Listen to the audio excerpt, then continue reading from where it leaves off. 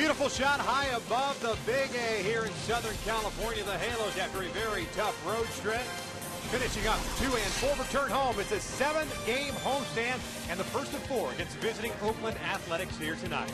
Hi, everybody, from inside the Big A. We welcome you back to Angels Baseball on Fox Sports West. I'm Victor Rojas, along with my partner, Mark Gubiza. I mentioned that 2 and 4 road trip, and it was a tough go. Sometimes the pitching was good, sometimes the pitching struggled. The same could be said for the offense. But if you're going to have a losing streak and try to turn things around, you hope that the ace is on the mound, and Jared Weaver's towing the slab today. Victor's a perfect guy. 9 and 3 last year. Following an Angel loss, Jared Weaver took the hill, and they were able to win that ball game. Jared been throwing the ball pretty well this season. Second game out against Minnesota, got a couple pitches up, but the reality is 17 strikeouts, just 1 walk in 14 innings pitched in 2 starts. Look from the back that fastball up in the zone, utilize that changeup. Excellent marks against Oakland last season, 3-1 with an ERA under 1.5 runs. So look for them to go back out there, dominate with the fastball, utilize the secondary pitches with a lot of young hitters in this Oakland lineup. Well, let's talk about the Angels hitters. You've seen it, we've heard of it, we've talked about it. There have been some good moments, there have been some bad moments. Let's focus a little bit on Torii Hunter. Over the last couple of days, he has been struggling. He has struggled, but he has hit well against the AL West last season. Over 300 mark for him, 314 with 6 home runs. Very well he's hit against Brandon McCarthy, also hitting over 450. Get back to that approach where you're not trying to hit the ball out of the ballpark. Back up the middle with the line drive. The home runs will come, but the RBIs are the important thing. Relax your swing. Don't try to hit the ball out of the yard. That swing will get better. That offense will be taking on the right-hander Brandon McCarthy. The Halos arrived at LAX at 4:30 in the morning. No batting practice today, but they are ready. Sit back, relax. We'll have lineups and first pitch when we return.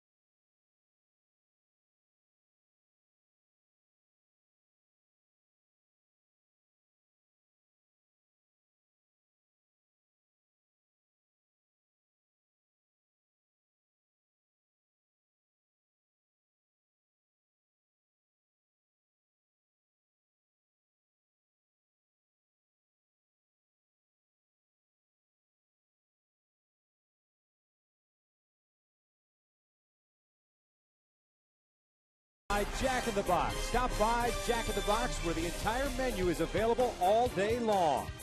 By Hyundai. New Hyundai owners are talking about their cars in the booth. And by 76 Gas. We're on the driver's side. Right on cue, the Angels taking the field, not wasting a whole lot of time. That's how Jared Weaver likes to get things done here. And we will quickly take a look at the Oakland Athletics starting lineup. Bob Melvin is the skipper in his first full season. He's right there at the bottom of your screen. The A's off to a 4-6 start. Have Jamal Weeks leading things off and playing second base. Coco Crisp is in center. Josh Reddick, the former Red Sox, is in right field. Seth Smith, the former Rocky, is the cleanup hitter in left. Kurt Suzuki out of Cal State Fullerton is doing the catching. He will bat fifth. Derek Barton is at first base. Cliff Pennington is the switch hitter playing shortstop. Kila Ka'aihue, the former Kansas City Royal, is the DH. And Eric Sogard will bat ninth and play third base. Taking on Jared Weaver, comes into this one with a 1-0 record and a 3.21 ERA. Well, look for him to reestablish that fastball once again. He showed his numbers against Oakland last year, 3-1 with an ERA 1.42. 17 strikeouts so far this season, just one walk. Majority of those strikeouts on his changeup fastball combination. His two-seam / no-seam fastball, very effective against left-handed batters. Jared got the start here at the Big A on opening day. We'll take a look at the defense playing behind him here tonight. Vernon Wells in left. Peter Borges is in center field. Torrey Hunter in right. In the infield, it's Meiser Asturis and Eric Ibar guarding the left side. Howie Kendrick and Albert Pujols on the right. And Chris Iannetta, who's been red hot with the bat, is behind the plate. And Peter Borges back in center field tonight. We'll get a lot of action. Jared Weaver, the guy that will be strikeout, fly ball type pitcher, and Borges covers a ton of ground in that center field position. You mentioned that opening day start against the Kansas City Royals. That was a 5-0 Angels win. There's the skipper, Mike Scioscia. We pointed out going to break. The Angels arriving last night at LAX at 4:30 in the morning. Mike Scioscia saying before the game, at least we beat the rush hour traffic. Always positive. Absolutely. Jamal Weeks looks at a fastball up and away, and it's ball one. Weeks is a switch hitter. Terrific break-in season last year as a rookie. 97 games at .303. Couple of home runs, 22 stolen bases. As Jared falls behind here, 2 balls and no strikes. Certainly a guy you want to keep off the bases if you can. He's had success against Weave, .429 career batting average against Jared Weaver, and pretty successful against the Angel staff in general. There's a strike, 2 balls and 1 strike. And as much as we want to talk about the schedule for the Angels for the first 9 games, it is what it is. You have to deal with those circumstances, just like the Oakland A's and the Seattle Mariners have had to deal with having to go to Japan to play a 2-game series and get reacclimated to the States when they came back. As Weeks lifts this one out toward right center field, and Borges will make the catch for the first out. And usually most teams will have a ton of day games beginning part of the season anyhow. This to deal with weather, especially East Coast. You're going to have a lot of rain, cool weather. They're going to play a lot more day games. So it's something most players are used to. Leadoff man retired, and Coco Crisp steps to the plate. Also a switch hitter. Off to a slow start, a 162 average. Hit 264 last year. 49 stolen bases for the Oakland A's. They re-signed him this offseason to a 2-year deal, including an option for the 3rd.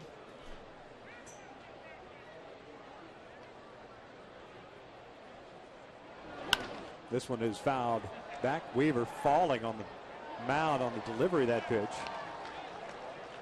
So everybody know he's okay. And right away you see the cleats sliding as he made that contact. Again, he's going to throw across his body. Very difficult for a hitter, lefty or righty, to pick up the pitch, but slid on his landing spot. It's not a bad way to distract a hitter, too. Hey, whatever it takes. Upstairs, and it's 1 ball, 2 strikes. Do you ever think about mixing that into your repertoire when you were pitching? Yeah, I would put the rosin bag on top of the dirt, too. But whatever it took to distract the hitter was always a benefit for a pitcher. Weaver's 1-2 pitch. It's just off the plate. 2 balls, 2 strikes. The start that Jared had here on opening day, a fantastic one. 8 innings, 4 hits, 10 strikeouts, no walks in that shutout win. As Crisp lays off, and it's a full count with Josh Reddick on deck. Just underway. The Halos roll into this one with a 3-6 record. 1-2 here at home, 2-4 out on the road. First action within the division. 3-2 is popped up. Shallow left center. Vernon Wells comes in, calls off Borges. 2 outs. Take a look at our Hyundai key to the game. Looking at some Rolling Stones for you today, Victor. It'll start me up. Key for this club is going to be throughout this entire season. They're going to score runs. It's going to be their starting pitching. And the best guy to have on the hill right now for the Angels, Jared Weaver. Saw those marks as far as home record. Last year, 8-2 in the year, under 2. Perfect guy to get this thing rolling here at home.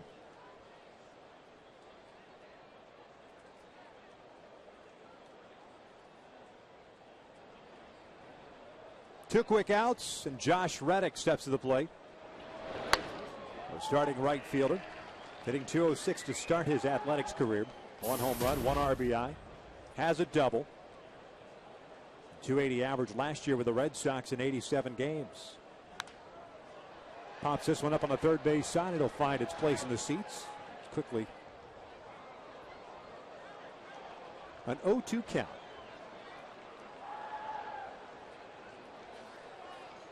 Young hitter, trying to make him expand the strike zone.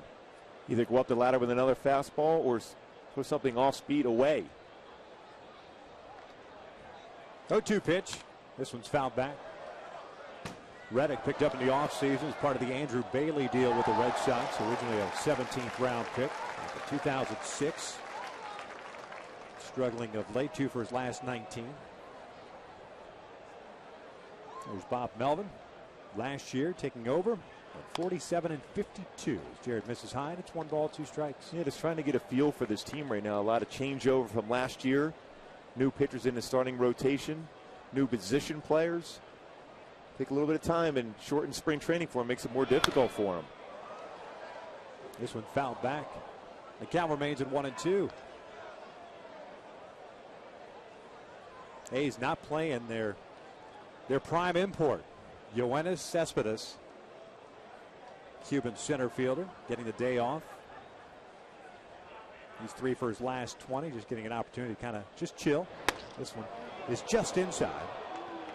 2 balls, 2 strikes, and they say he could flat out play. Just does not look like a big guy. Very stocky, just 6 feet tall, but strong, can run. A bull in a china shop. They like the way he swings the bat, but they thought it'd be a difficult matchup against Weave. Reddick goes down swinging on the breaking pitch. A 1-2-3 inning for Jared Weaver. We head to the bottom of the first. Scoreless.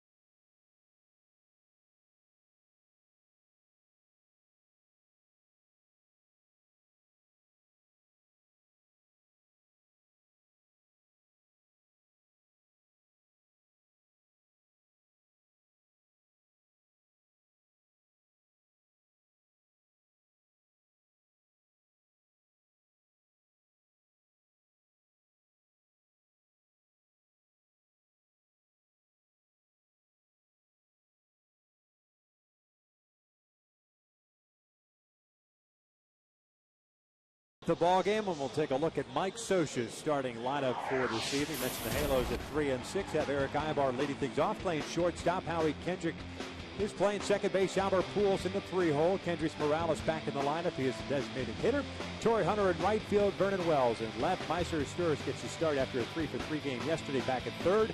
Chris Iannetta is doing the catching, and Peter Borges will bat ninth and play center field. Taking on the 28-year-old native of Colorado Springs, Colorado, Brandon McCarthy. Yeah, Brandon McCarthy has thrown the ball well. The record is not an indication how well he's thrown so far. 0-1 in 3 starts with an ERA 2.5. Fastball 87-92. Curveball, changeup, and a very good cut fastball. Likes to live downstairs with the sinking fastball.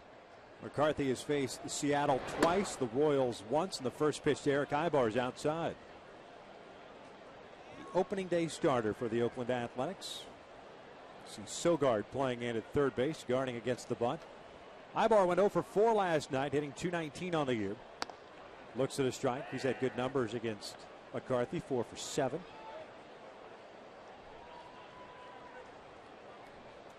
Aybar so far this year, 240 hitter from the left side, 143 from the right. 1-1. Tries to bunt, pushes it up the third base line, pushes it a little bit too firmly. Sogard is there to retire. The defense for the Oakland A's have Smith in left, Crisp in center. Reddick is in right field. In the infield, we just saw Sogard at third, Pennington's at short, Weeks at second, Barton at first, and Suzuki behind the plate. Just like Peter Borges for the Angels, Coco Crisp can get that fly ball in center field. Covers a lot of ground, not necessarily an above average arm as far as throwing the baseball, but will come in and make a lot of good plays. Only one error in his 130 starts in center field last season. Howie Kendrick at the plate, and the first pitch from McCarthy is in for a strike. Howie last night I should say, falling a home run shy of the cycle. A single, a double, and a triple. Almost got one, almost snuck it down the right field line as that pitch is outside. It's 1-1. Hitting .324. 1 home run, 3 runs batted in, 3 doubles, 1 triple on the season.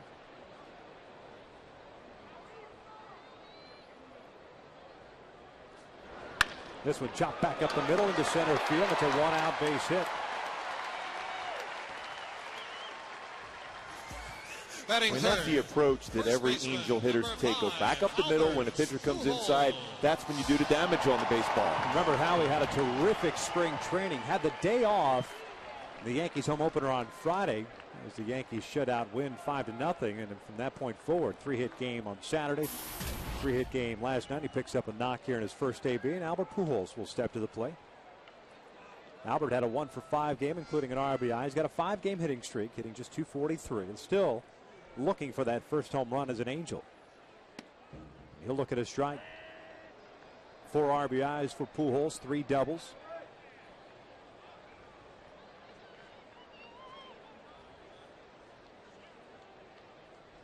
The A's do not move around a whole lot defensively as far as shifting with Pujols at the plate. Howie with a decent lead at first. The 0-1. That's line to left field, and that's going to fall down for a hit. Cut off nicely by Seth Smith. Howie's going to go to third, and the Angels have runners at the corners with 1 out here in the first. A nice swing by Albert Pujols on that one. Seth Smith did a nice job of cutting out that baseball and getting that ball into second base to keep Albert at first with a long single. Terrific McCarthy, play by Seth Smith. It came in with that fastball running action, but is able to tuck his hands in through the baseball and crushed it. But Seth Smith, great job of cutting off that baseball. Terrific angle going back into his right. And a wise decision. A lot of times you'll see a guy try to throw to third base. Instead, he keeps the double play in order for a guy that gets a lot of ground ball outs in Brandon McCarthy. So Kendrick at third, Pujols at first, 1 out. Kendrys Morales at the plate. Hitting .200 with 1 double. Still looking for that first RBI. Breaking pitch is in for a strike. Kendrys had the night off last night, went 0 for 5 in Saturday's game. 0 for 9 overall in the series against the Yankees.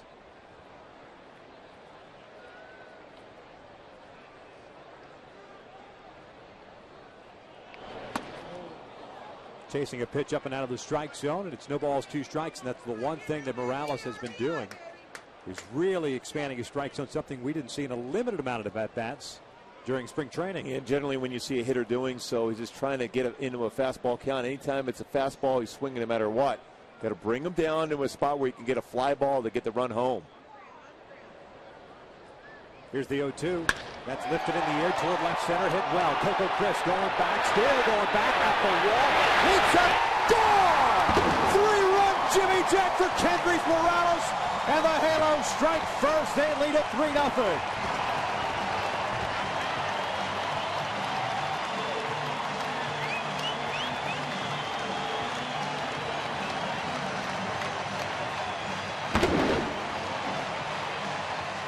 Boy, that had to feel just tremendous for Kendrys Morales in that one. just mentioned, is pressing enough, but Albert Pujols said it best. He still has a smile on his face. He still feels he's going to have some good approaches. They tried to go upstairs, but a guy that's a sinker ball pitcher, sometimes it's difficult to get that fastball high enough. Ball sank down enough for Kendricks to be able to drive the ball well and just get it over the fence by Coco Crisp. Torrey Hunter looks at a strike, and it is 0-1. He is off the schneid. First home run since that fateful grand slam against. Now we don't need to talk about it anymore. The other way, too. That's the impressive thing, too. A 3-run home run the other way. Warm evening, warm day here in Southern California. Still got some carry. 1 ball, 1 strike on Torrey, hitting .250. 3 runs batted in. Torrey fouls it off to the right, and it's 1 ball, 2 strikes. That's the first hit for El Cubano since the Monday base hit in the first inning against the Minnesota Twins.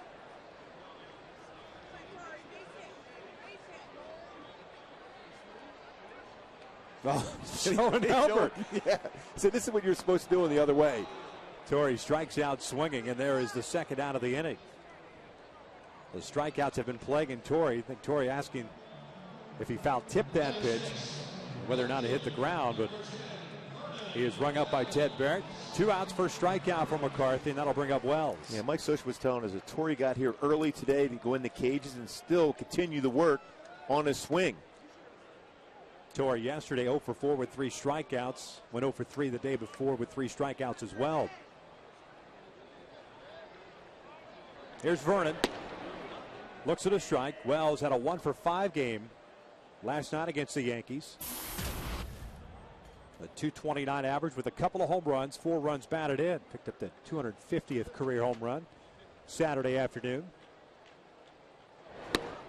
Outside, and it is 1-1. Boy, get back to that pitch that McCarthy tried to go upstairs against Kendrys Morales. When you're a sinker baller, and I've been there before, when you try to go upstairs, it's sometimes a difficult task. And Kendrys made him pay for that fastball that didn't get up high enough. Lays off that one. It's 2 balls and 1 strike.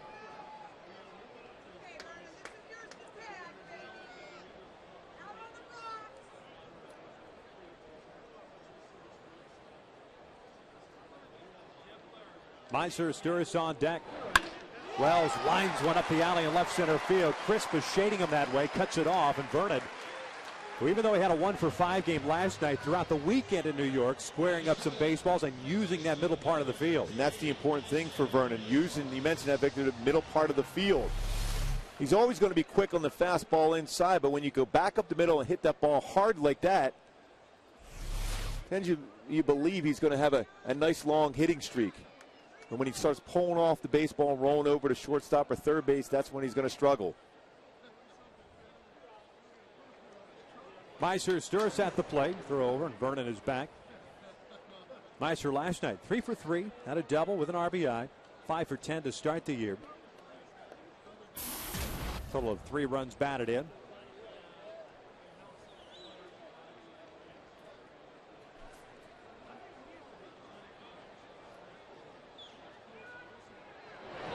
Lifts this one in the air down the left field line, slicing toward the seats. Sogard and Pennington makes the catch.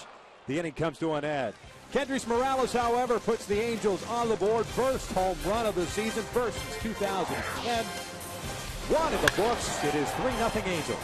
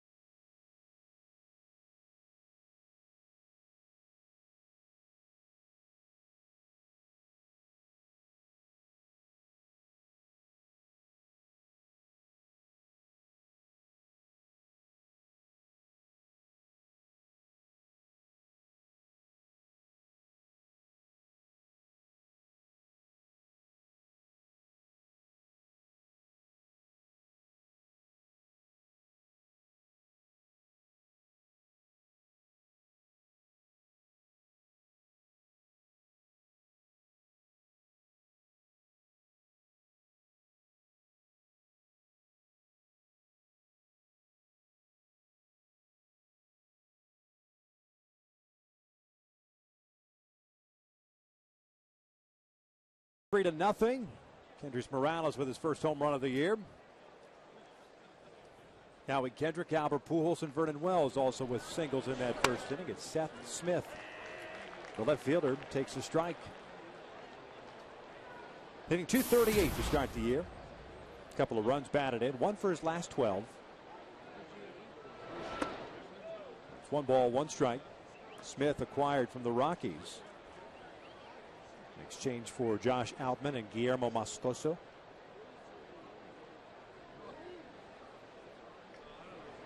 One in tight, 2 balls and 1 strike. Weaver had himself a 1-2-3 first inning, including a strikeout. That was of Reddick.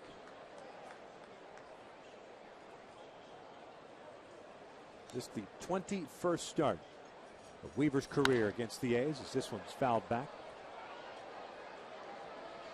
When Seth Smith has that inside-out approach, drives the ball well to left center field. There's an occasional power down the right field line, but looks to be able to let the baseball travel deep in the zone. That's why a changeup could be a very effective pitch against him. 2-2. Called strike 3. Down goes Smith. There's out number 1. Or a 93-mile-an-hour fastball in the corner. And when he's letting the ball travel that much, when you sneak a fastball at 93, you trust your hands to be able to get through the strike zone, but that ball was perfectly placed by Jared Weaver on the outside corner. Back-to-back strikeouts for Weaver. And up steps the catcher, Kurt Suzuki.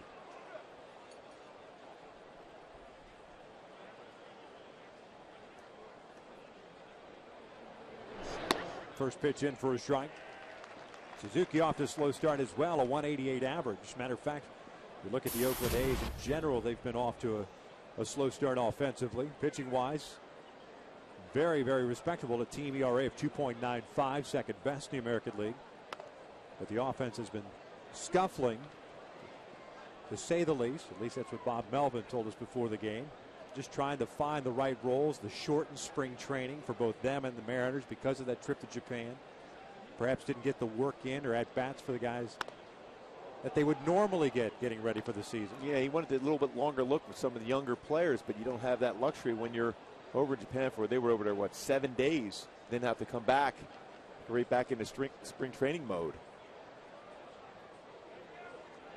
Suzuki last year at .237 for the Athletics.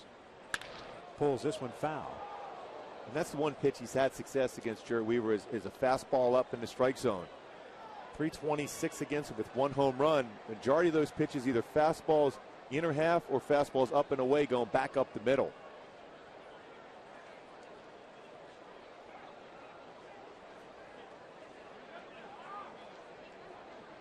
Two on its way. Suzuki fouls it back, waited nicely on that breaking pitch. Count remains even at 2 balls, 2 strikes.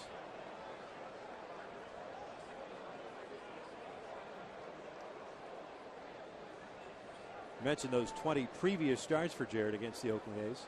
6 and 7, a 2.85 in his career.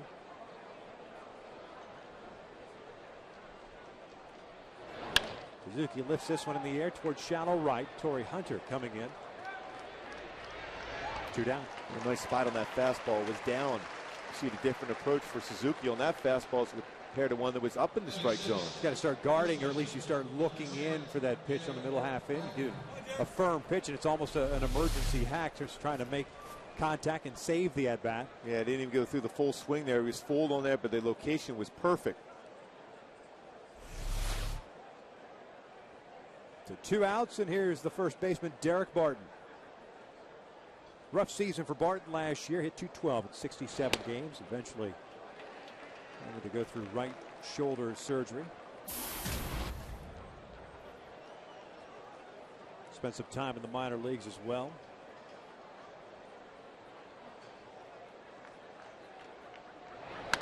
Pulled foul. And it's no balls and 2 strikes. 3-0 Angels. Top of the second. Kendrys Morales after singles by Howie Kendrick and Albert Pujols went the opposite way for a 3-run home run. Halos with 4 hits in that first inning. And the 0-2. Upstairs, 1 ball, 2 strikes. And you know how it goes sometimes with the quote hangover effect after that East Coast back to the West Coast trip. Usually that first day, even without batting practice, you think you're okay. It's that second day. Exactly right. That's get the that day. Feeling. That's the day where you hope the bats get started early, and that Dan Herron, just like Dan Herron and Jerry Weaver flew ahead early yesterday, they should be fresh. But the hitters tomorrow, and Mike Scioscia was talking about that today earlier, that maybe just a lighter batting practice again tomorrow just to make sure these guys are ready to roll. Finally playing some night games at home. 2-2. Barton checked his swinger, did he? He did not. Ted Barrett brings him up. Second strikeout of the inning. Third for Weaver. Into the bottom of the second. 3-0 Angels.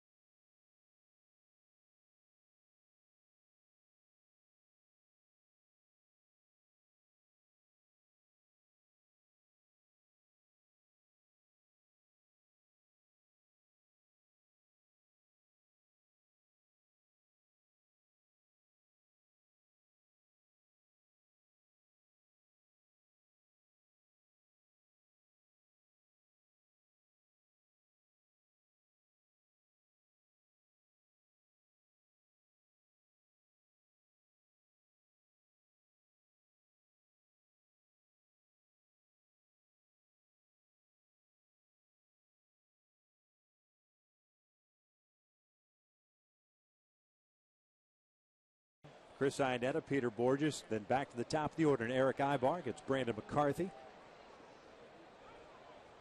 Chris Iannetta had a 2-for-4 game yesterday, including his second home run. He takes that pitch down low. 1 ball, no strikes on Iannetta. Team leader in runs batted in with 7. Batting average at .348. Also has 3 doubles.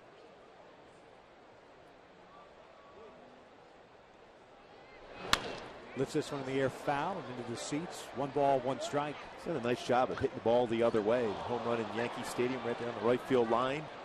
A number of his doubles to right center field. But not good at bats. Cheap home runs, allegedly. Yeah. That was a pretty good fastball he hit out at Yankee Stadium. It was like just barely got over. That's a home run because that's a good swing to go the other way. This one back up the middle. Jamal Weeks was positioned towards second base. Throws out Iannetta, and there's the first down. Let's take a look at the men in black tonight. Behind the plate, it's the big man, Ted Barrett.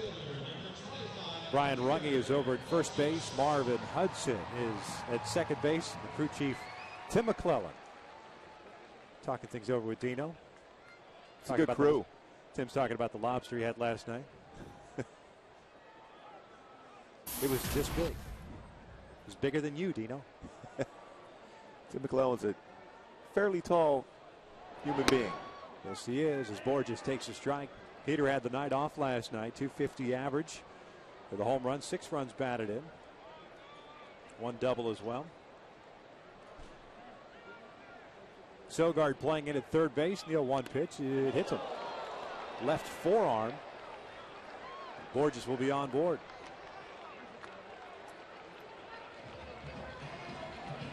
That's one of those 2-seam fastballs that has running action. When you're a sinker ball pitcher and you drop your elbow at all, it's going to run laterally, and that's what it did. It hit Peter Bourjos right on the forearm. The stride in, the short stride, but unable to get away from that one. It's one thing we're accustomed to seeing out of Peter Bourjos, getting hit with pitches because he doesn't give up on that inside part of the plate. It's the first time an Angels batter's been hit by a pitch this year. So he is on board. And Erick Aybar steps to the plate. Aybar tried to bunt his way on the first time and bunted it too firmly towards Sogard at third, so he's 0 for 1. Bourjos has one stolen base on the year. He's been caught once.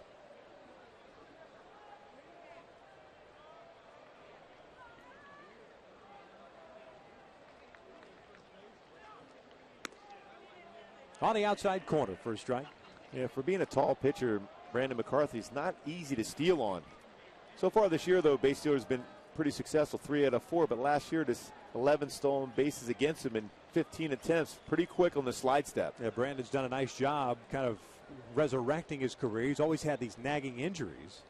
As Aybar fouls it back, and it's no balls at 2 strikes. But he was always seemed to be the big, high fastball, 4-seam guy up in the zone. Big curveball that he had a lot of times struggled to throw strikes with. All of a sudden become a sinker baller. A lot of movement on his pitches. Yeah, he's created a little different arm angle to be successful as far as throwing that sinker. More of a 3/4 delivery as compared to straight over the top before. Made 25 starts last year for the Athletics. Went 99 with that 3.32 ERA.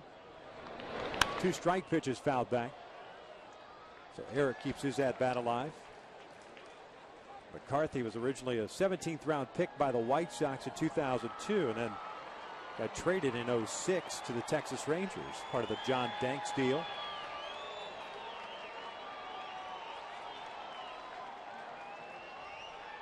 Last year was his first season with the A's.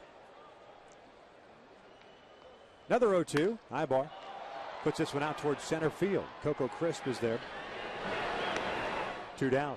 Fans on Sunday, the Angels will host FanFest at the Big A. Fans in attendance will have the chance to meet select Angels, take a photo with the Rally Monkey, listen to music, and conclude the day watching the Angels take on the Baltimore Orioles with a 12:35 first pitch. For more information and to purchase your tickets, visit angels.com/FanFest. FanFest. Hey, I saw the Rally Monkey outfit that you're going to be wearing on Sunday. That is awesome. And I hope it's supposed to be pretty warm, too, so I'll be quite comfortable in it. Get to run the 5K in that thing. Howie Kendrick swinging through the first pitch. And do the pregame show, too. That'll be good. And why wouldn't you? Work up a nice little lather. Howie with a base hit to center field. Scored a run in the first inning, so he's 1 for 1.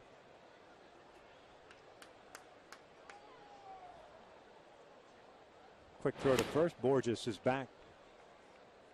3 runs in the first inning for the Angels. Morales with his first home run of the year. His first runs batted in of the year.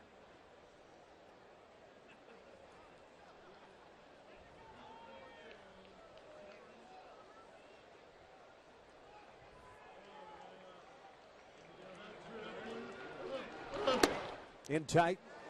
And it's 1 ball, 1 strike. First game for the Angels within the division.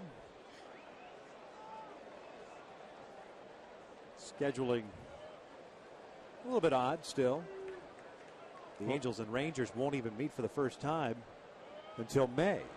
That's outside. 2 balls and 1 strike. As a matter of fact, the Angels and the Twins will have played 3 times, twice in Minnesota and once here before the Angels ever meet the Texas Rangers. Saw that last year, too, with the Texas Rangers. Didn't play until May, and then played the same thing with the Tampa Bay Rays. Yeah. Played twice down there and once here. Bourjos takes off. The 2-1's fouled back. So Peter heads back to first base. Well, he had a good jump. Yeah.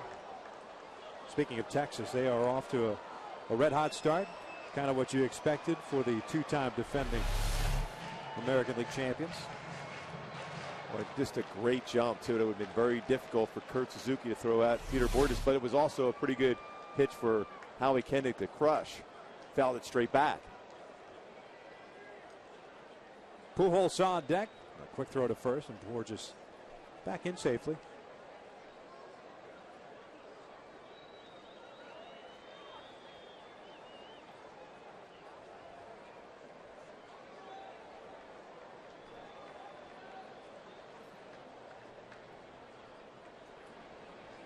Bourjos takes off. Breaking pitch in the dirt. Bourjos with a stolen base unless he went around, and he did go around. Brian Runge rings up Howie Kendrick, and that's the third out of the inning. No runs, a hit batter, and a man left on base through 2. The Angels still lead it.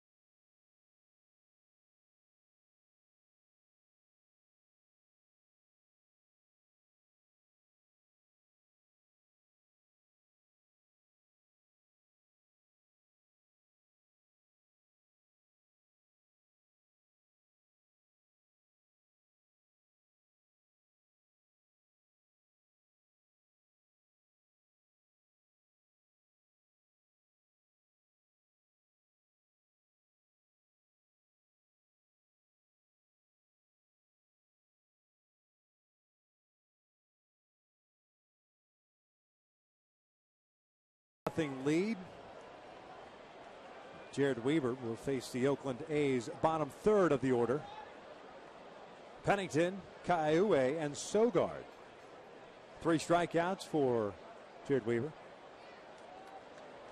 The first pitch is in for a strike. Cliff Pennington, the switch hitter, a .264 average last season. 58 runs batted in. 229 to start this year. 3 doubles, 1 RBI. Takes outside. It's 1 ball, 1 strike. Well, Jared does an interesting thing. Every time a left-handed batter is up, start off an inning, looks over at Albert Pujols and waves to him that he has that side of the field. You can stay back and take away the potential double closer to the line because he's going to field anything slow rolling up the first base line. So it's all about that communication between the pitcher and the first baseman.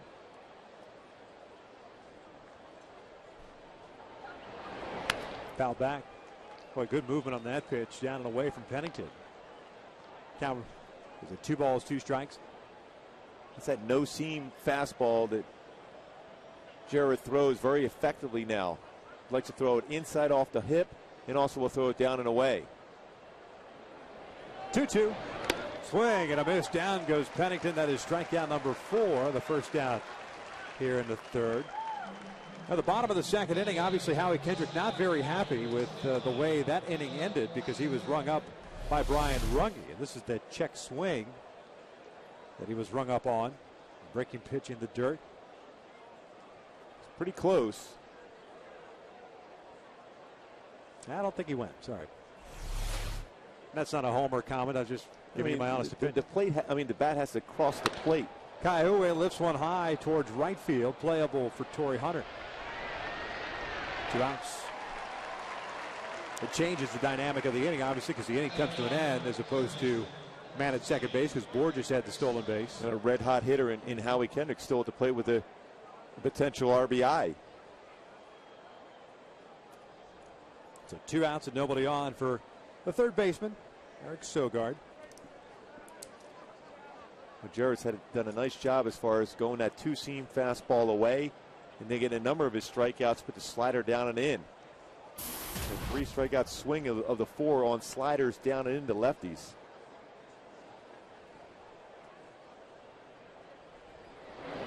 First pitch fastball is in for a strike.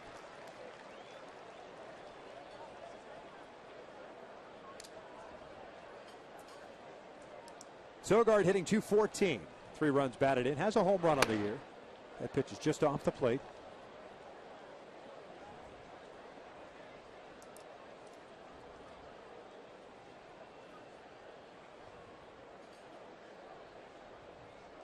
Here's the 1-1. Upstairs, 2 balls and a strike. Sogard, a product of Arizona State University, former second-round pick by the Houston Astros, 2007. Takes that pitch on the corner. And he evens the count at 2 balls, 2 strikes. An interesting thing with Bob Melvin, what he has set up this lineup for Oakland against Jared Weaver, a ton of left-handed batters today in the game. The Weaver's so good at neutralizing left-handed batters with his changeup and his two-seam fastball.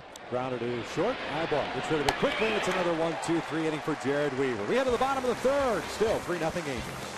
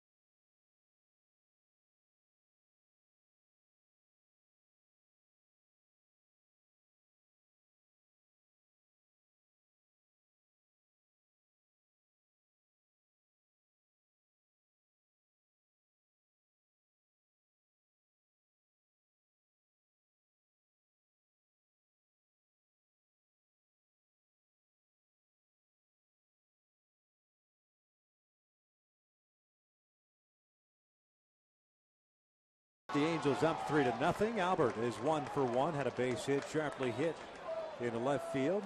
That was that nice play that Seth Smith had to cut the ball off, preventing a run and keeping Albert at first, but to no avail as Morales cleared the bases with a home run right after. Pujols, Morales, and Hunter. The first pitch is in for a strike. I mean, it seems like a pretty good matchup for Albert Pujols because that sinker he'll throw on the inner half. Comes into Albert's swing. Lifted in the air toward right center field and hit well. Going back on it is Reddick. He calls off Coco Crisp, just shy of the track. Makes the catch. There's the first out. Yeah, what Albert has had trouble with early on as an adjustment to American League pitchers has been the 4-seam fastball inside and then a break a pitch away. But when you're throwing sinkers that run like that, middle part of the plate or in the inner half, it's going to be a pretty good at bat for Albert Pujols, and he just missed hitting that one out. What's that? That's back of the bleachers in New York? Yeah, way out in New York. That little jet stream out the right center field. Kendricks takes that pitch inside, and it's 1 ball, no strikes. Morales with a home run, his first of the year. 3 runs batted in.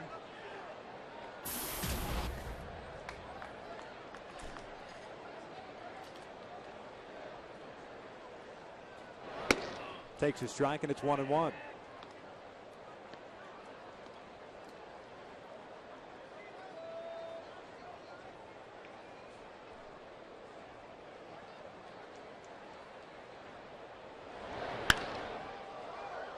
Let's go back to that home run in the first inning with 1 out and 2 on. Kurt Suzuki wanted to set the target up above the letters with the fastball, but this fastball stayed middle of the plate around belt high. Kendrys Morales going the other way for a 3-run home run. Pulls this one up the line, and that is a fair ball. Morales on his way to second. The throw from Reddick is in time. Reddick played the carom nicely down the right field line and threw a strike to the bag at second. 2 down. Well, what a perfect throw, and a fortunate bounce for Reddick off the wall to be able to go right to him. He did a nice job as far as going down the line quickly to be able to cut this baseball off. Curveball. Morales pulls hard down the line just by Barton. And you can see how Reddick did a nice job of getting himself in position.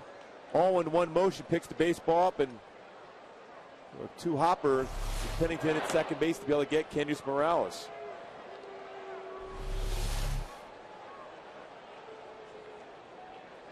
With the foot there to be able to prevent Morales getting his foot into the base. Great job by Pennington, keeping the foot there and staying with that one-hop throw. Torrey fouls it back. I was talking to Chili Davis, the hitting coach for Oakland, about Reddick. He said he's a guy that has tremendous potential, a guy with a very good arm, good speed. He's going to hit well for him. Reddick is still young hitters trying to make adjustments at the major league level.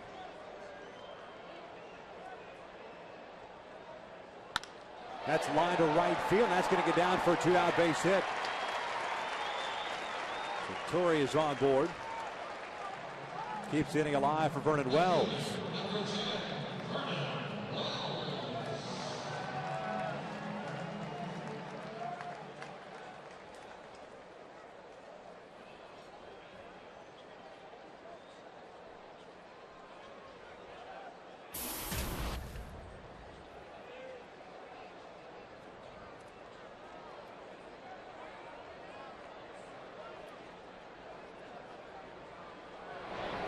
First pitch to Vernon, a strike in at the knees. He had a base hit in the first inning, a 1-for-1 game so far for Wells. 6 hits now on the night for the Angels against Brandon McCarthy.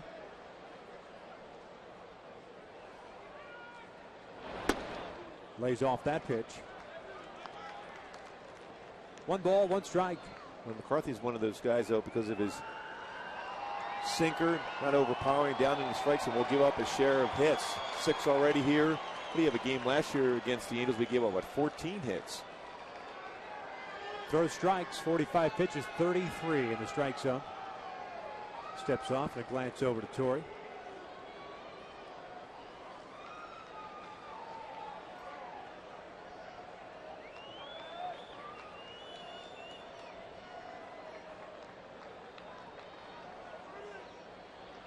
The 1-1. Down low, 2 balls and 1 strike.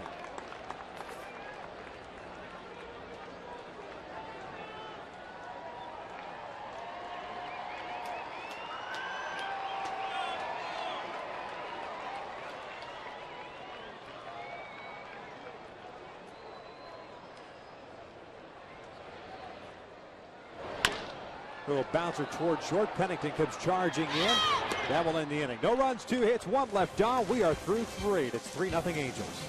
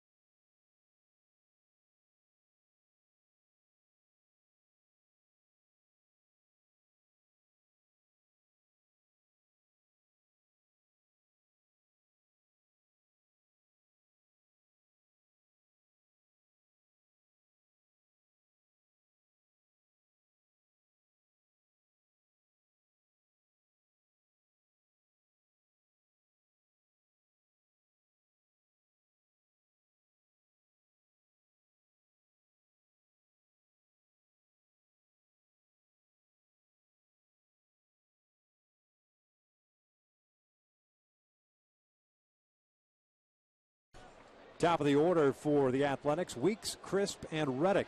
Against Jared Weaver, has 4 strikeouts so far.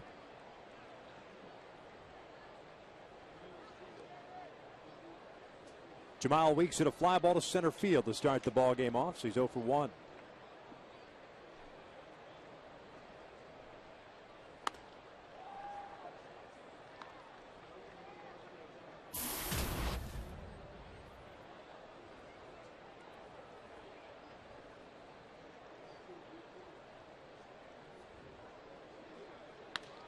This one lifted in the air toward right. Torii Hunter is there. There's out number 1. Angel fans, be sure to log on to FoxSportsWest.com and check out these features. How the West was won, the battle between the Angels and the Rangers. How about a Joe McDonald chat? Check out the final chat of the Lakers regular season on Tuesday, April 17th, as Joe McDonald hosts a live web chat. Lakers taking on the Spurs, and then, of course, the LA Kings playoff run. Yeah, it's a nice game again last night for the Kings. Leading Vancouver 3-0. Coco Triss lines one towards center field. Peter Borges is there, 2 down. A real nice first step for Peter Borges to come in and make that play. Not an easy play off a left-handed bat. Gonna run away from you, but it's all about that important first step and being aggressive.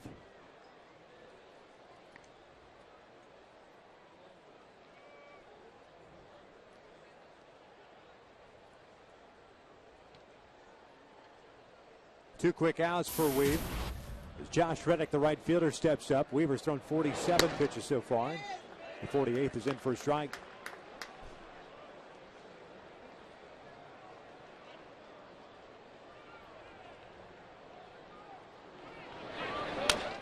This one flipped out toward shallow right. Torii Hunter is going to have to play it on a hop. There's the first base runner of the game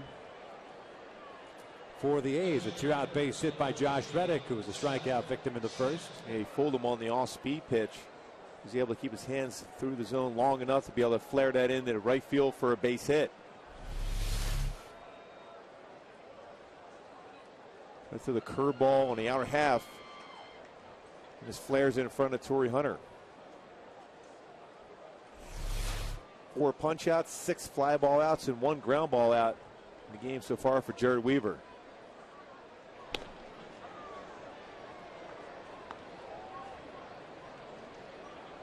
Smith struck out leading off the second inning. He's 0 for 1.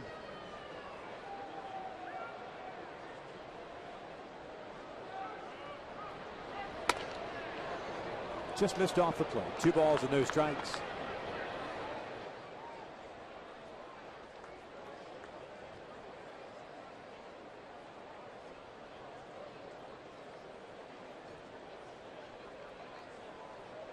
Always that transition for the first time from the stretch.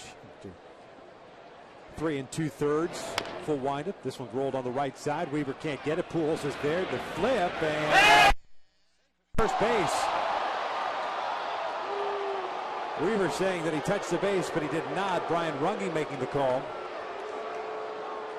Talked about that earlier, the communication between Jared and Pujols. And there are plenty of time, but most times as a pitcher, on the flip throw over from Albert, you see Weave just trying to find the base first. See, a lot of times, anytime you make that second effort on the base, if you sell it right away, if you're close enough to base, they'll call you out. But when you reach back and try to touch it again, it was pretty close to getting to the base, just in front of it. But he was there in plenty of time, Jared. He ran over there. What you're supposed to do as a pitcher, be in position to make the play. Good flip, perfect flip from Albert Pujols. But in that second stab at the base, it was always going to be called safe by an umpire. Because from that angle, Brian Runge can't tell whether or not the foot. It just, if you sell it, yeah, he's going to call. He's going to call it out. Yes, no question.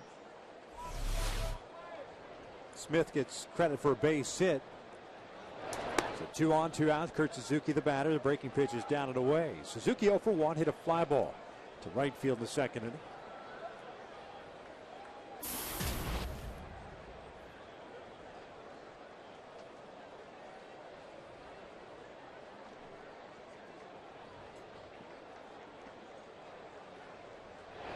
This one sharply hit on one hop to Eric Ibar. Goes the short way. The inning comes to an end. No runs, 2 hits, 2 left on. In the bottom of the fourth, 3-0 Halos.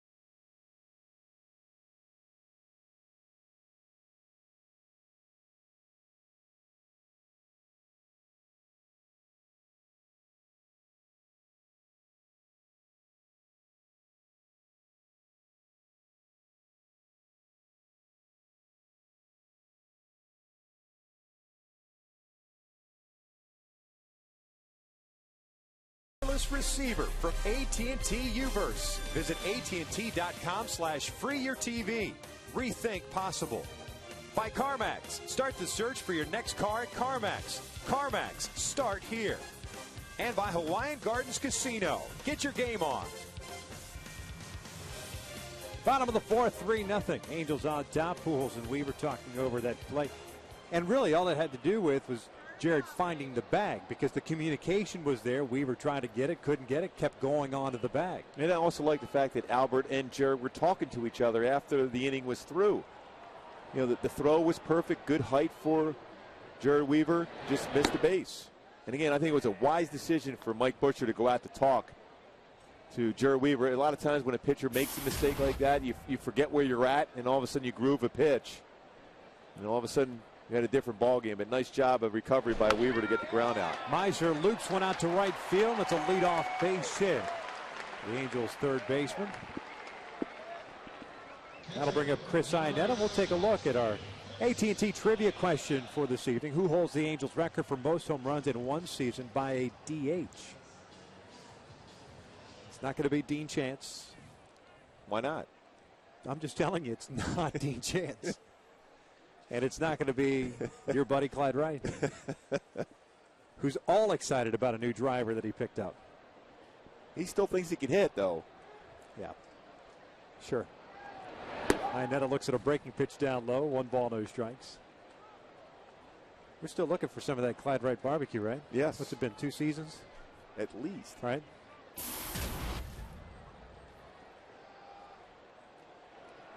Iannetta grounded out to second base in the second, so he's 0 for 1.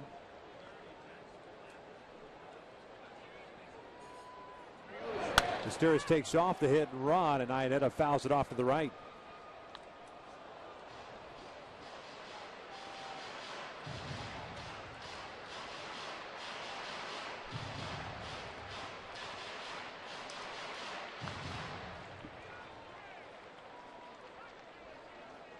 Iannetta glancing down to Dino Evil to see if there's anything going on. No runs, 2 hits, 2 left on for Oakland. 3 runs, 7 hits, 3 left on for the Angels. Steers takes off again, and this one's bounced over to Borges. I think it's the trust that Mike Scioscia has with Chris Iannetta, his ability to be able to make contact with the baseball. Even though he made it out his last at bat, he hit the ball well, but Weeks was in position to field that right behind second base and throw him out.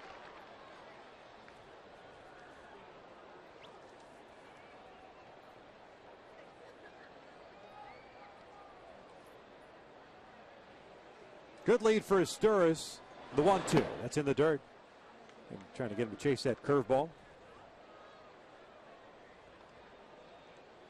And when McCarthy was going good, I mean, and I mean this from a sense of that fastball curveball type.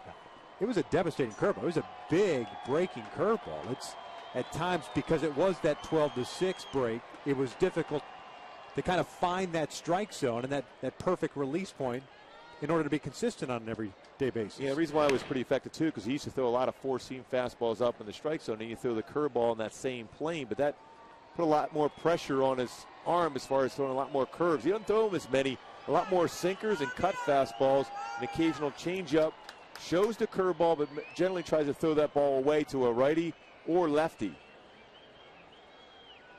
Iannetta shoots one right back to McCarthy. Esteuris was going on contact, just like down a double play. 2 down.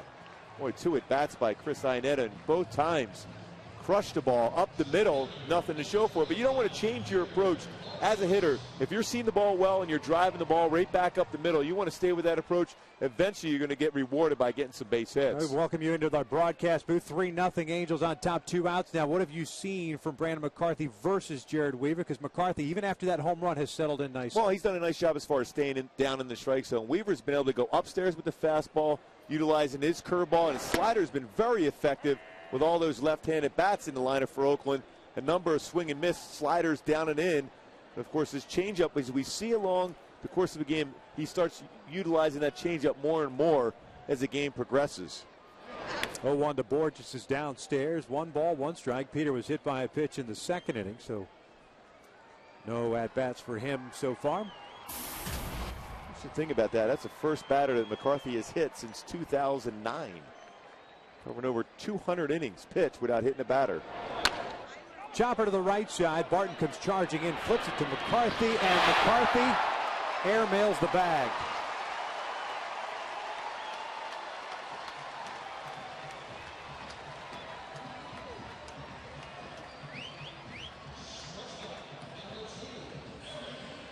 Something about that base today.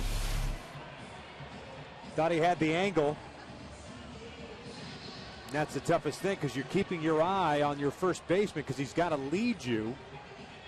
And he just thought he had the angle. And that's why in spring training as a pitcher, you want to go towards that line and then up the line. Granted, a lot of times a base runner's right up your back at that point, but the reality is you get as close to that cutoff of the infield grass in the dirt and then go up the first base line and be in position to be able to field that throw. Infield base hit for Borges. Back to the top of the order, and Eric Ibar with 2 outs here in the 4th. Pitch out, nothing's happening. Eric tonight is 0 for 2. He's grounded to short, and he's hit a fly ball to center field. I think he saw that inside the park home run by Peter Borges in Minnesota. McCarthy figured out, I better get down that first base back quickly. If he's going to get around the bases in 14 seconds, I better get over even quicker to first. You thought perhaps he maybe got confused with Kendrys Morales? Because Kendricks was just a little bit north of 14 seconds as this one's chopped on the ground. His second. Weeks has it, pardon me. And the inning comes to an end. 4 complete at the Big A, and the Halos still lead this one 3-0.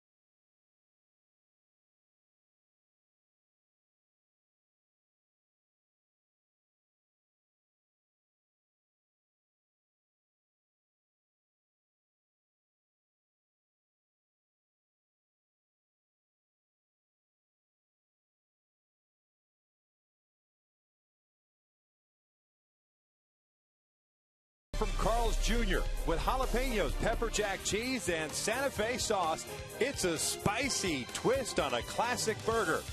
By AT&T, the nation's largest 4G network, AT&T, rethink possible. And by Dodge. Top of the 5th inning, the first game of a 7-game homestand, 4 against the A's, 3 against the Orioles. The Angels with 3 runs in the first inning, courtesy of the Morales home run. That's where it stands right now. Derek Barton, Cliff Pennington, and Keila Ka'aihue, the 6, 7, and 8 hitters for the A's. Derek Barton, a strikeout victim to end the second inning, so he's 0 for 1.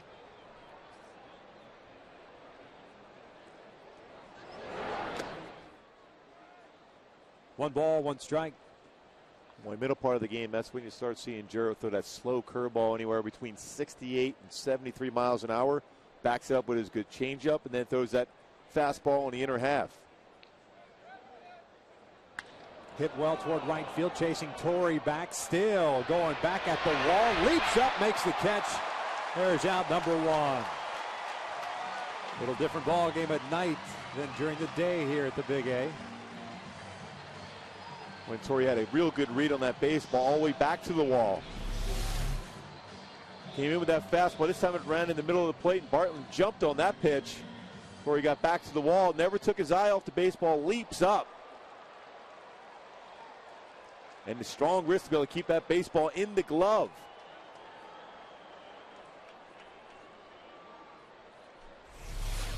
And when you throw strikes, the defense makes a lot of plays behind you. That man right there has 9 gold gloves.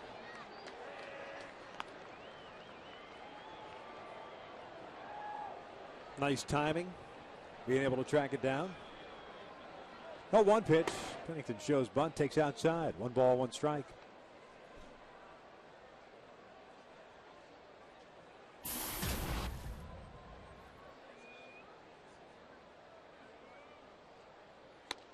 There's a strike on the corner, 1 and 2. Pennington also a strikeout victim in the third, 1 of 4 strikeouts for Weaver. No walks, 2 hits allowed. Josh Reddick was the first man to reach for the A's with 2 outs in the 4th. Just got a piece of that one. What a tight breaking pitch. He's got that one working today. That's where the majority of his strike has been, in that slider down and in. Very difficult for a left-handed batter to be able to make contact when that ball breaks and almost gets towards your back foot.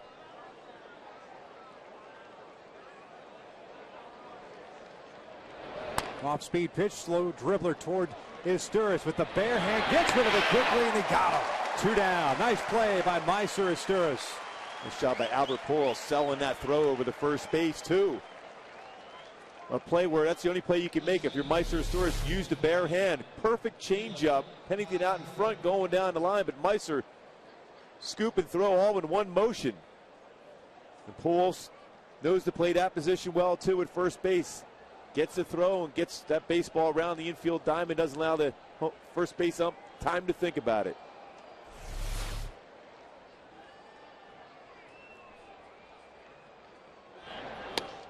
Breaking pitch for a strike.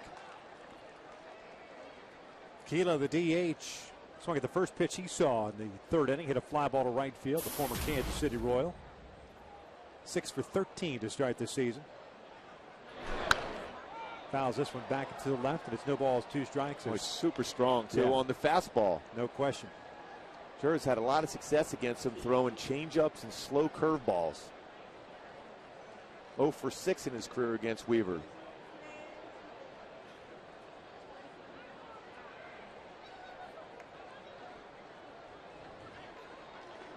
Oh, 2 on its way. Tried to get him to climb the ladder with that fastball. 1 ball, 2 strikes.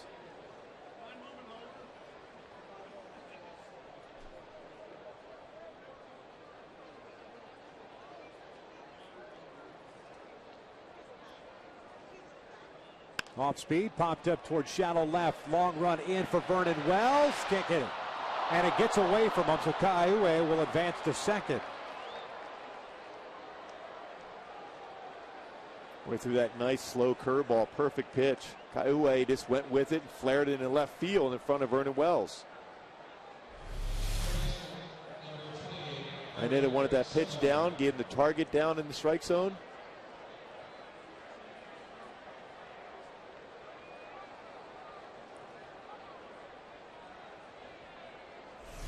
It's a base hit. The question is, does Wells get charged with an error? And he does. So it's a single with an error on Vernon, his first of the year.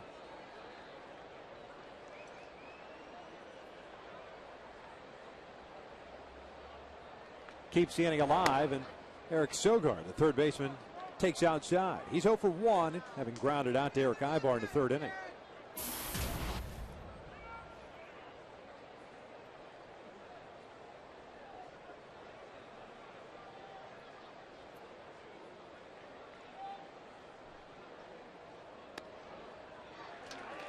One ball, one strike. The Halos in the bottom of the fifth inning have 2, 3, and 4 due up against Brandon McCarthy, Kendrick, Pujols, and Morales. McCarthy's done a nice job keeping things where they are, having allowed 8 hits after falling behind 3-0 early on. The Angels haven't had a base runner reach second base since.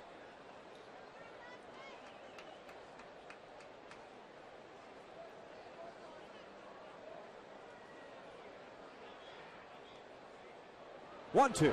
Swing and a miss. Down goes Sogard. The inning comes to an end. We head to the bottom of the fifth with the Angels leading at 3-0.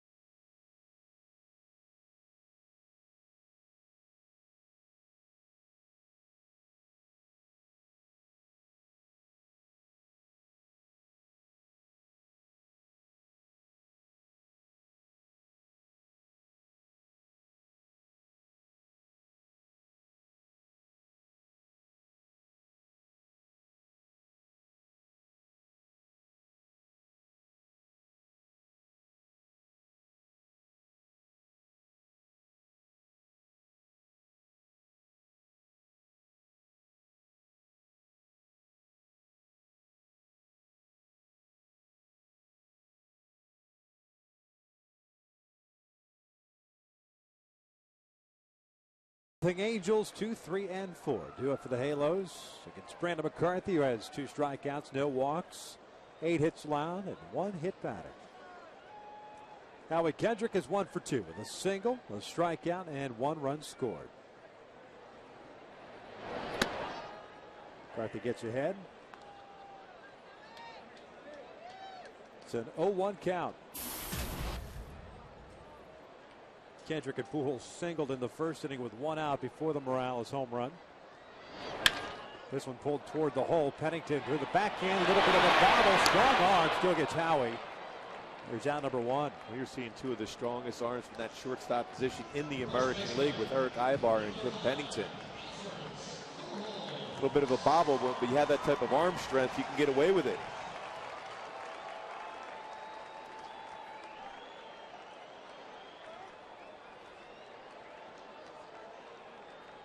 So 1 out, nobody on for Albert, who's 1 for 2 with a single and a fly ball to right.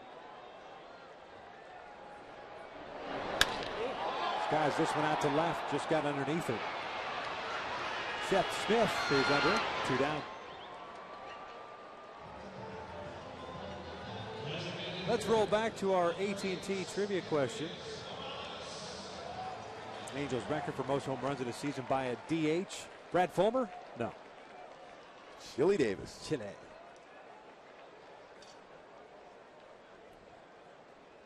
One of the best dudes ever. I had a great conversation with him earlier today. He's enjoying what he's doing right now for the Oakland A's. He just loves talking hitting. Very patient at the plate. Great power from both sides of the plate.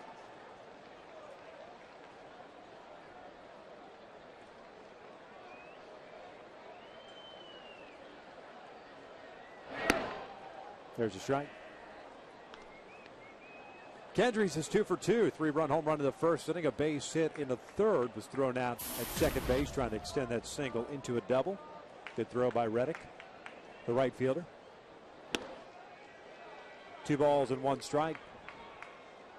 Boy, one swing of the bat, and all of a sudden you see a different guy at the plate as far as approach, as far as the strike zone. Not saying that he's not going to expand, but he just looks a little bit different now.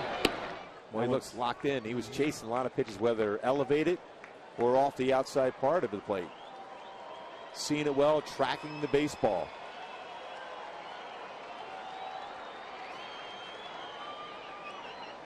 (3-1). Hits this one out toward left center field again. Coco Crisp giving chase, still going back at the wall, reaches up and makes the catch. A 1-2-3 inning for Brandon McCarthy as Kendrys gave it a ride, but comes up just short. Well, we've seen Coco Crisp make a lot of these plays at the Big A, going back to wall, reaching up and catching that shot.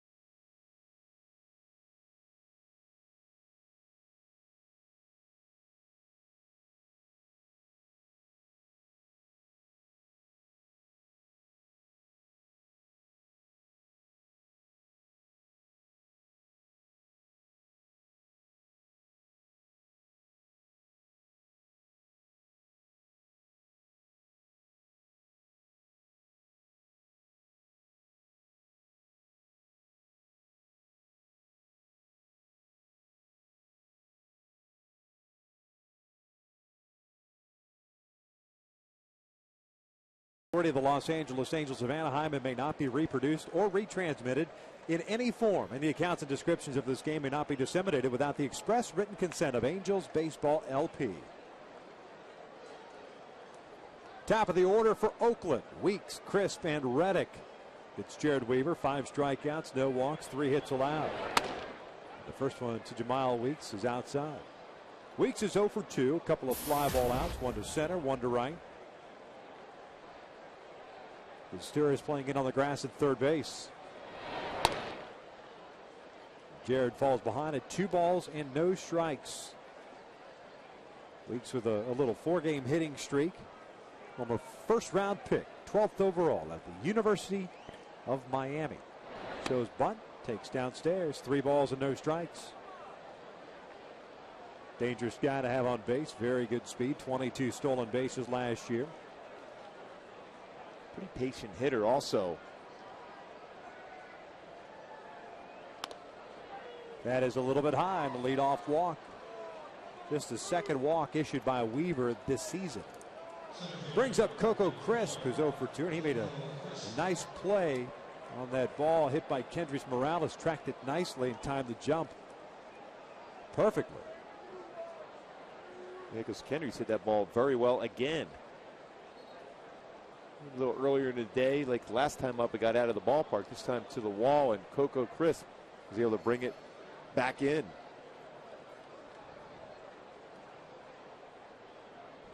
outside, and it's 1 ball, no strikes. Let's go back to how the bottom of the 5th ended. See him looking at it to get a feel for where the wall is at. Leaps up and makes the play. Well, a very good range for Crisp. He's always been a guy with a lot of talent, but is trying to stay healthy and play a full season.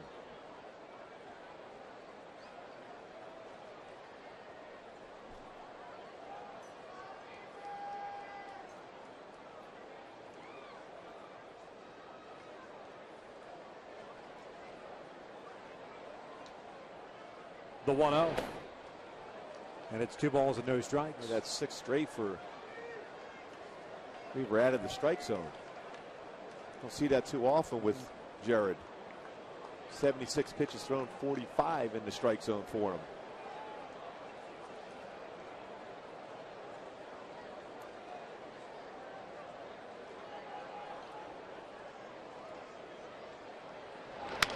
This one fouled off to the left, and it's 2 balls and 1 strike.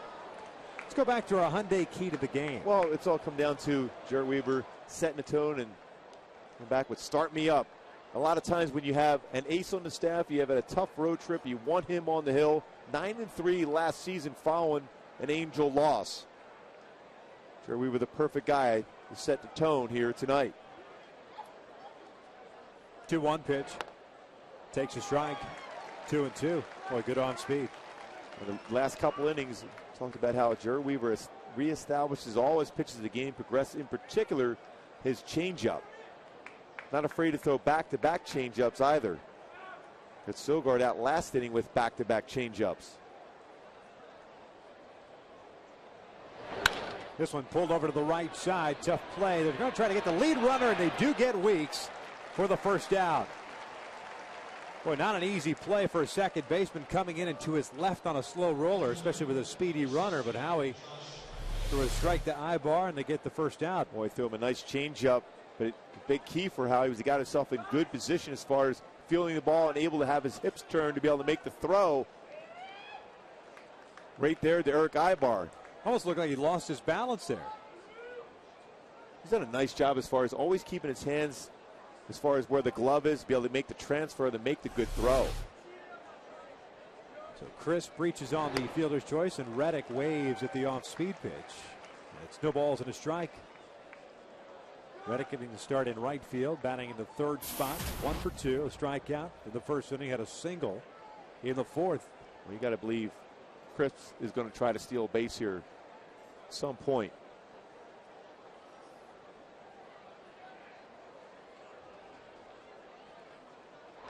He started to go, then stopped as that pitch is outside.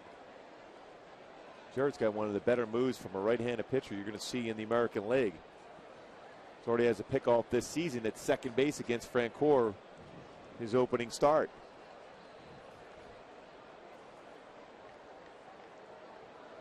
Chris with 1 stolen base this year.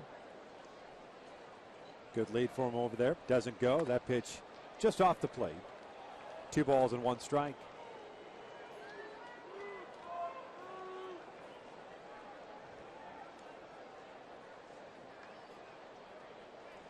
Reddick, a guy who shows some pretty decent power in the minor leagues.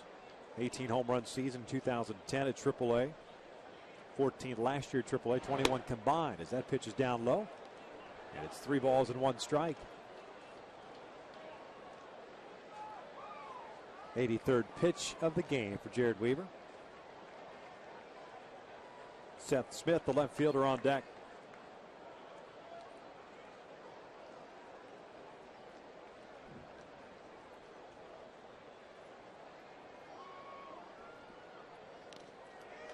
Foul at the plate.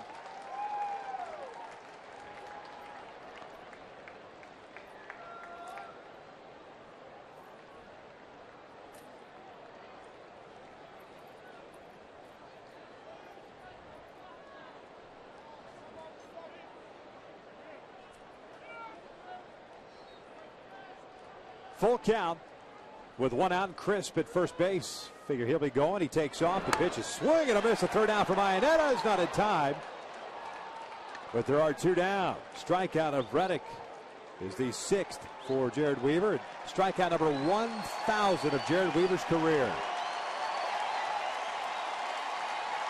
on a changeup. Great pitch.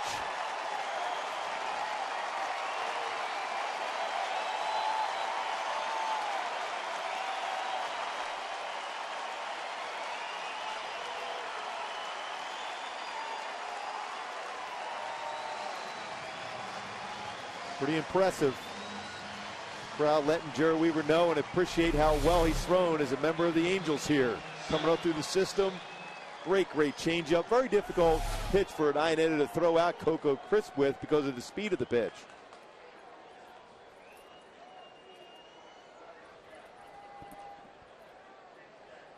So man in scoring position, 2 out. Seth Smith, the batter. He's 1 for 2. A single and a strikeout. Upstairs, 1 ball, no strikes. Pretty impressive. Jared and Jeff Weaver sets a brother to 6th in Major League history with 1,000 punch-outs apiece.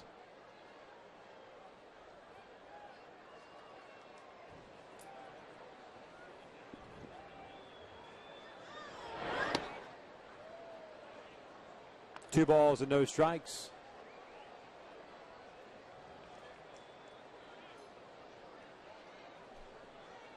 Good company. Why not?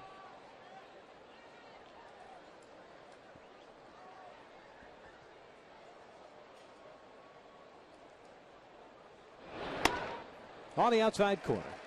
2-1.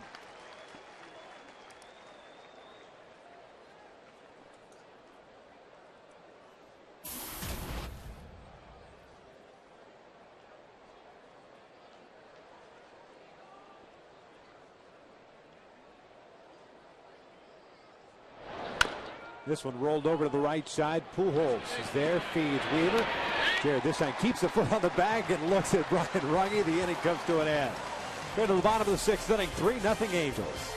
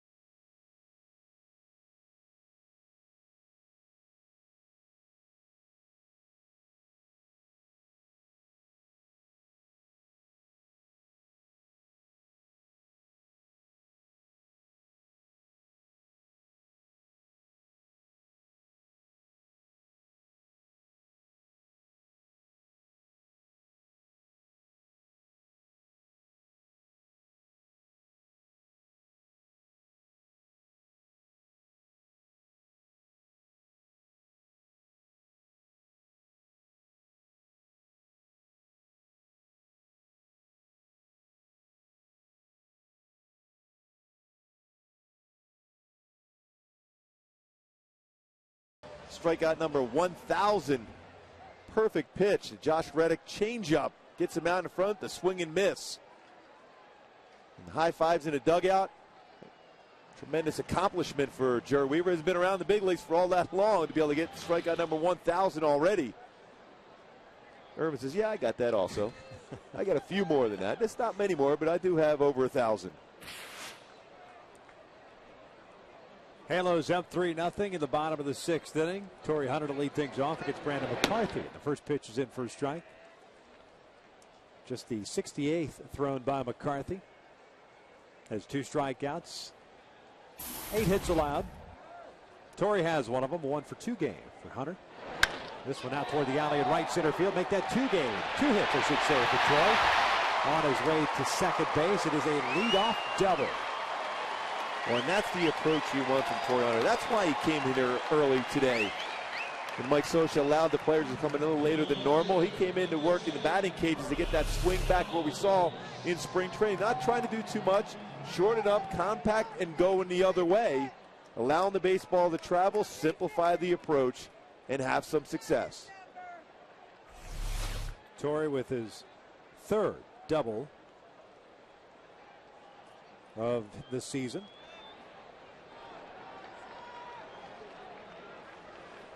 .385th of his career. Vernon Wells at the plate. Takes inside. Vernon's 1 for 2 with a single and a ground ball to short. Boy, McCarthy trying to stay inside to prevent Vernon from hitting the ball to the right side. At the very least, hit a ball to that side of the field to advance Torrey Hunter to third base.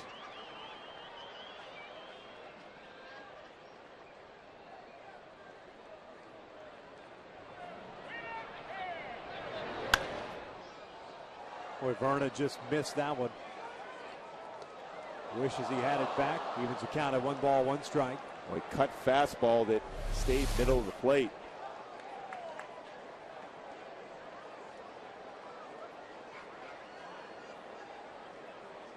Well, he wanted that one. That was a cut fastball that didn't have a whole lot of action on it. This one line to left field. Seth Smith comes in and then moves back. Makes the catch, and there's out number 1. Torrey has to stay at second base. Fans of the Halos host the Oakland A's tomorrow at 7:05. Fans in attendance will receive an Albert Pujols bobblehead, courtesy of FreeCreditScore.com. While supplies last, purchase your tickets today at the Angel Stadium ticket office or by logging on to Angels.com. And Albert does confirm it is right there, that it is tomorrow night.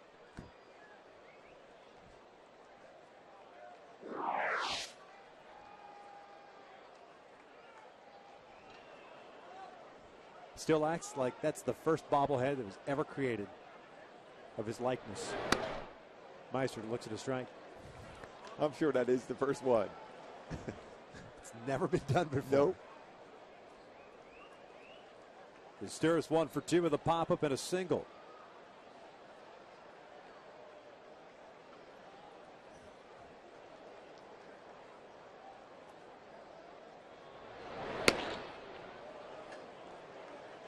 Evens the count at 1 ball, 1 strike. Well, this becomes a big at bat for Meister and the Angels. It seems as if the way that the Angels have swung the bat that they had a significant lead, but it's still just 3-0. Oakland, the team is sticking around, and so you want to make sure you expand and add on as much as possible here as the game progresses. Contreras fouls it off to the left. 1-2 count.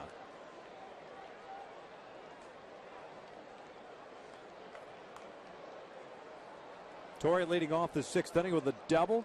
The alley in right center field. Wells squaring it up and lining out to Seth Smith and left.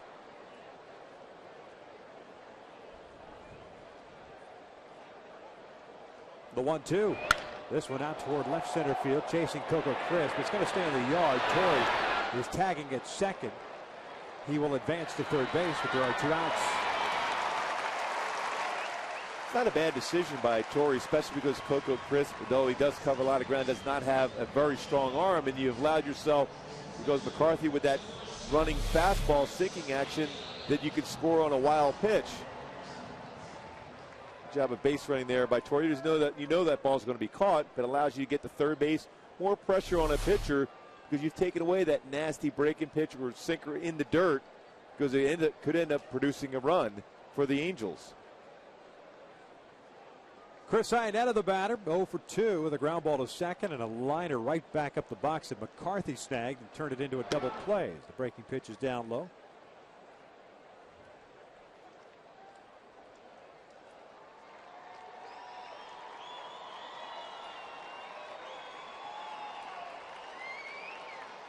Coco Crisp shading Iannetta the opposite way toward the alley at right center. Reddick shallow and right. Breaking pitch, a strike. And it is 1-1.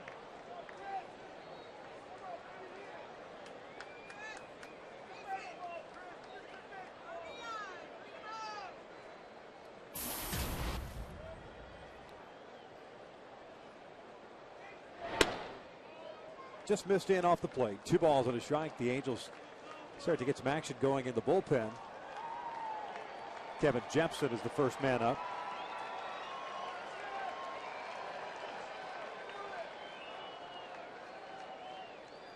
Jared Weaver's thrown 89 pitches. Iannetta chops a foul. It's 2 balls, 2 strikes. Talked to Scott Downs today. He's ready to roll too. Yep. Ankle feels better. But for me, Weaver's been throwing the ball very well. Just keep utilizing all those pitches. Minimize the amount of outs you have to get out of your bullpen.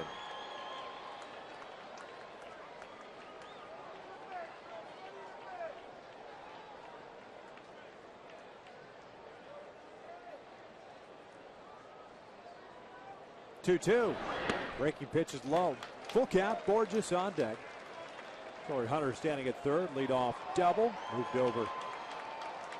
The fly out off the bat of Meister Asturis.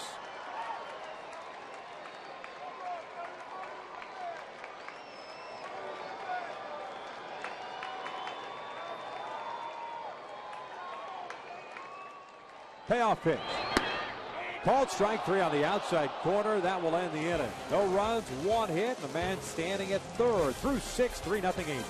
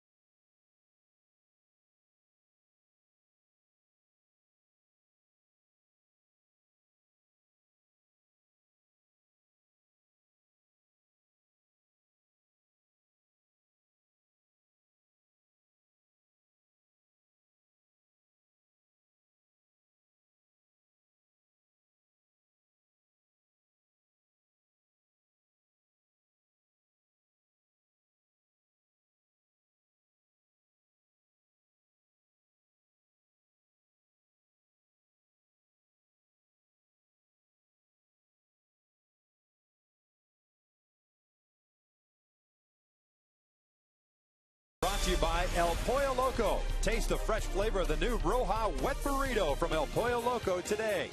And by Southern California Toyota. Check out the full line of fuel-efficient vehicles at your Southern California Toyota dealer.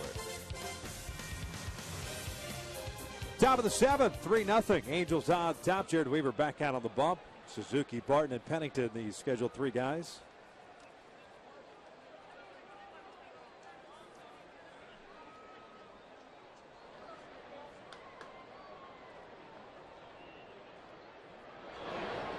Suzuki looks at a breaking pitch. It catches the inside corner. No balls and a strike. Boy, nice pitch, too, by Brandon McCarthy to get Chris Iannetta in the 6th inning. After throwing him a lot of breaking pitches, off-speed stuff with that cut fastball. Little tapper foul. It's no balls, 2 strikes. Yeah, you mentioned that transformation from Brandon McCarthy. Used to be 4-seam fastball, curveball guy, but now he's incorporated that sinking fastball and this cut fastball. It's been very effective for him.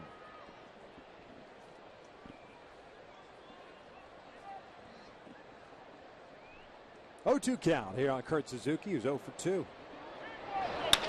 Ground ball toward the hole. Ibar can't get it to lead off base hit. That's one of those pitches where Jared Weaver would want back. 0-2 pitch. Fans, the Angels' new bases loaded plan courtesy of Wiener Schnitzel is a great way to enjoy the game. This plan includes a ticket and an all-inclusive food and beverage package for only $30. For more information and to purchase your tickets, just visit angels.com. Boy, Chris Iannetta wanted that fastball by Jared to be off the plate. Ran back through that no-seam fastball. They'll have that running action, but you have to stay off the plate to be able to catch that corner. Down and away. 1 ball, no strikes on Barton, the first baseman, who was struck out and hit a fly ball to right. The Sturs playing in. Kevin Jepson, by the way, is ready to go. 93 pitches for Jared.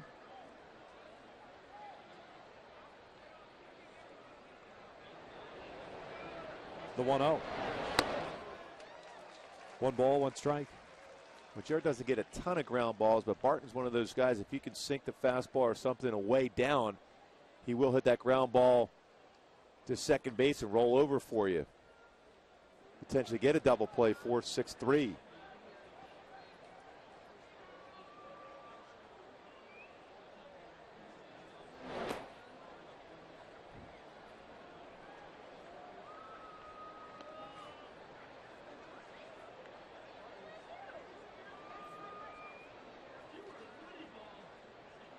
There are the splits on the pitches thrown. 2 balls and a strike on Barton. Cliff Pennington, the switch hitting shortstop, on deck.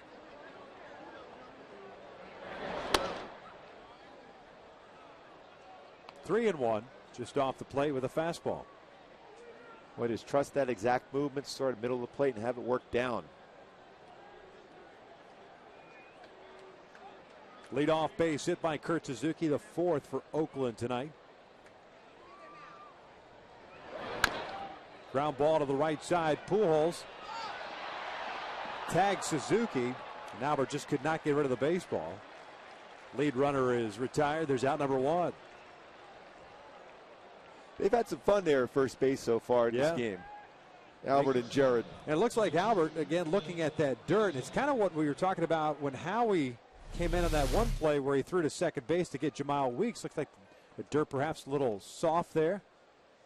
Slipped. Just couldn't get the transfer. That's a lot of body mass hitting that ground, too. You can see how smart he is, though, stayed in position to be able to tag Suzuki. And at the very least, he still keeps that double play in order by getting the lead runner. Good pitch, too, by Weaver, getting Barton out in front as Pennington pulls one over to the right side. Howie Kendrick has it with the dive, throws to first, and throws it wildly. Iannetta, terrific diving snag. And that keeps Derek Barton at second base.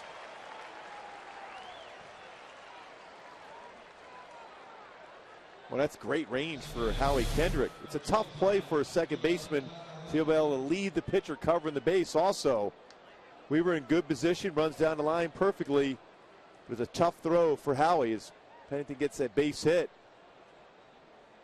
Again, you keep that play in order. You keep the first and second, does not get the third base. Pennington now with a 12-game hit streak against the Angels.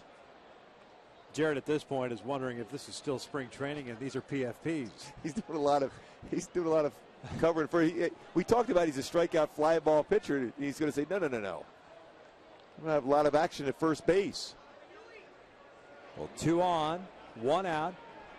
Kila Kaiue, the batter. He's the DH, 1 for 2. Fly ball to right and a base hit.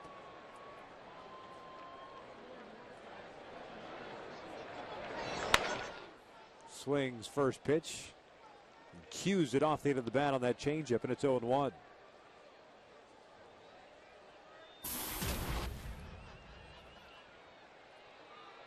what a nice job by Chris Iannetta backing up on that throw.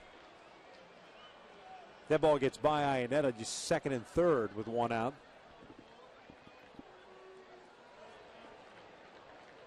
Barton standing at second, Pennington at first. Outfield straight around. That pitch is a strike. Going back to the fastball. And it is 0-2.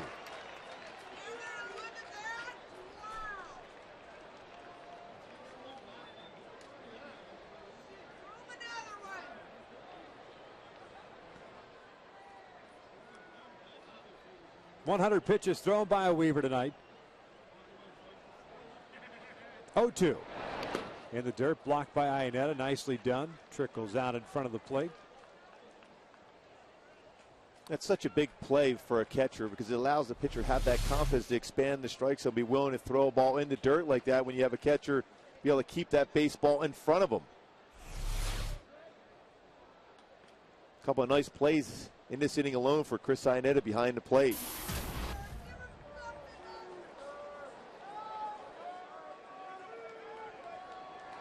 Dan Hare getting to start tomorrow night. Tyson Ross will get the start for Oakland. Outside, 2 balls, 2 strikes. Oakland will have to make a roster move to add Ross. Kai Ue is a guy that has been mentioned. There's a possibility of being sent down, but as Bob Melvin said, you know what, prior to the game, he's 6 for 12 to start the year. The one guy that has been swinging it. Downstairs, full count. We're laying off some tough changeups, too.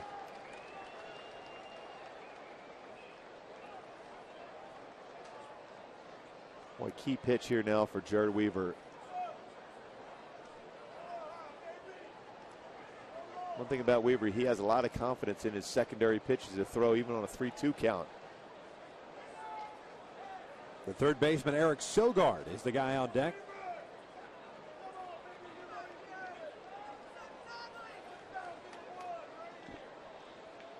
Full count. Here's the pitch. Fouled back. Came right after him with a fastball.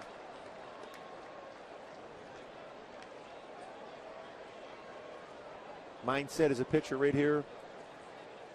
You don't know how many more pitches that Mike Scioscia is going to allow you to throw during the course of this game, so you got to have your very best pitch right here.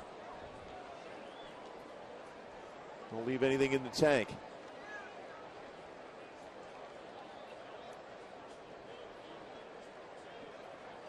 Another 3-2, and he popped him up. Third base side is Sturis into foul territory. Eric Ibar calls him off, makes the catch. Infield fly rule was called. 2 down. Great communication. Eric Ibar very good as far as fielding those high pop-ups. Easier play for a shortstop going there as compared to a third baseman going back. Never took his eye off, called it. Meister gets out of the way. So with 2 outs and runners at first and second, and Eric Sogard, the light-hitting third baseman, coming up, that's going to be it for Jered Weaver. Mike Scioscia is coming out. 105 pitches for Weaver. Kevin Jepson is coming on. A terrific round of applause for Weaver as he departs with a 3-0 lead.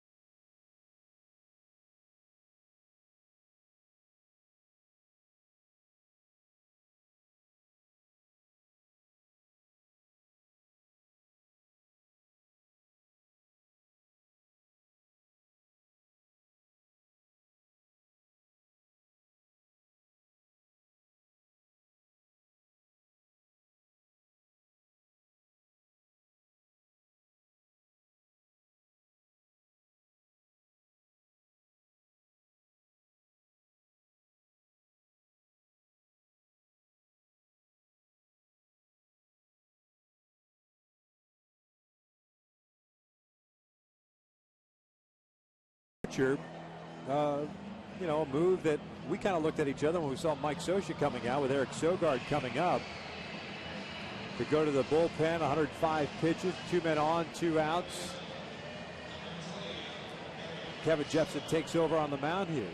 Jered Weaver is such a great competitor between him and Dan Hare, and they never want to come out of a baseball game.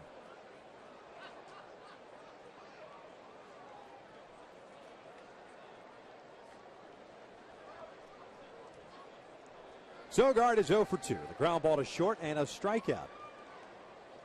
Barton standing at second. Pennington at first with 2 outs here in the 7th. It's also an opportunity, too, to try to keep Weaver with the ability to still pick up the W.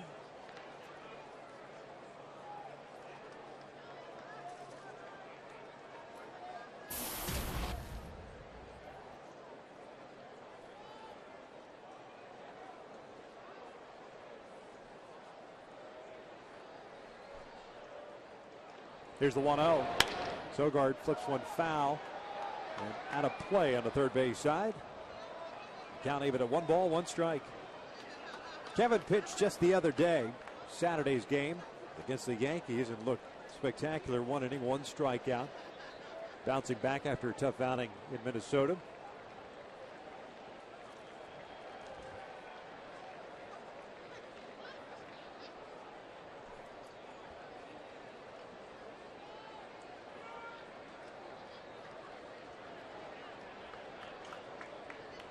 One pitch. Downstairs, 2 balls and a strike.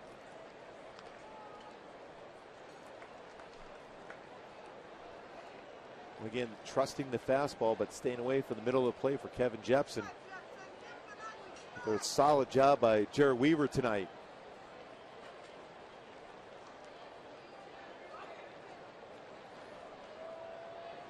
Two 1 pitch. Sogard pulls it over to Howie Kendrick. The inning will come to an end. No runs, 2 hits, 2 left on. 7th inning stretch time here at the Big A. 3-0 Angels.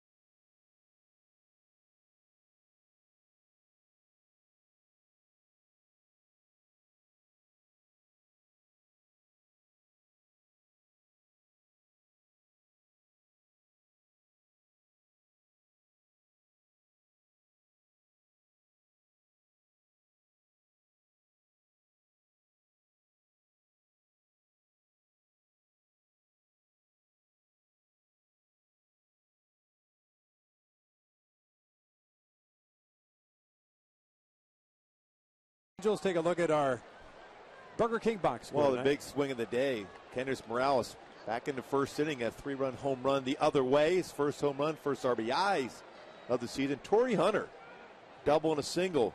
That hard work paid off for him coming in early today, hitting in the cages. Peter Borges takes a strike after showing bunt.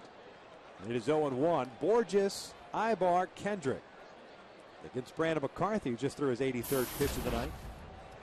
Peter is 1 for 1. Was hit by a pitch in the second, had a single, and was stranded in the 4th. That's outside. 1 ball, 1 strike.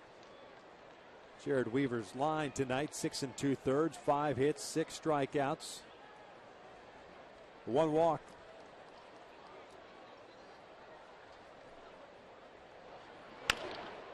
Chopper foul. Well, Jared Weaver continues to pitch well at the Big A. We showed it earlier, went 8-2 last season with an ERA below 2 so far this year. 0 runs allowed here at the Big A in 14 2/3 innings pitched.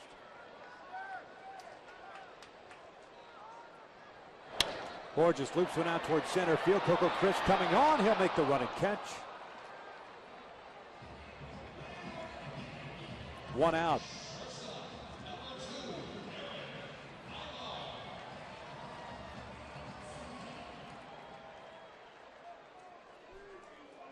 Brandon McCarthy, 3 strikeouts, no walks, 1 hit batter, 9 hits allowed, one of which was that home run to Morales. Zybar steps in over 3, 2 ground outs and a fly ball to center. That pitch is down and away. Eric's last hit Saturday afternoon, a 4th inning single. A multi-hit game in Friday's contest against the Yankees as that pitch is outside. And it's 2 balls and no strikes. Scott Downs begins to loosen.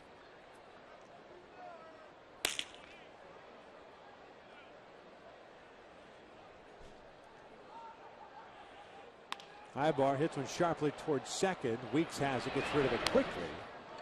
And there are 2 outs. Hitting the road, take the Angels with you this season. Subscribe to MLB.tv today to see every Angels out-of-market game live online and on your favorite devices in HD quality. Visit Angels.com to order and get more details. MLB.tv, baseball everywhere. So 2 outs, and here's Howie Kendrick. A 1-for-3 game for Howie. Had a base hit and a run scored in the first. Looks at a strike. Short schedule of the American League. Tampa Bay shut out Boston 1-0. Patriots Day with Boston. Carl Pavano returns to the Bronx and defeats the Yankees 7-3. Twins take game 1 of that series. That's a 4-game set. Baltimore all over the White Sox 10-4, and the Tigers defeat the Royals 3-2. Boy, Baltimore's swinging the bats pretty well so far this year. Adam Jones has been crushing the baseball. Now you're chasing a high fastball. As a 1-ball, 2-strike count, Kansas City now has lost 5 in a row. Baltimore, the start of the day, sitting atop the American League East. Now with a 6-4 record. Swing and a miss. Down goes Kendrick. The inning comes to an end. 7 complete at the Big A. 3-0 Angels.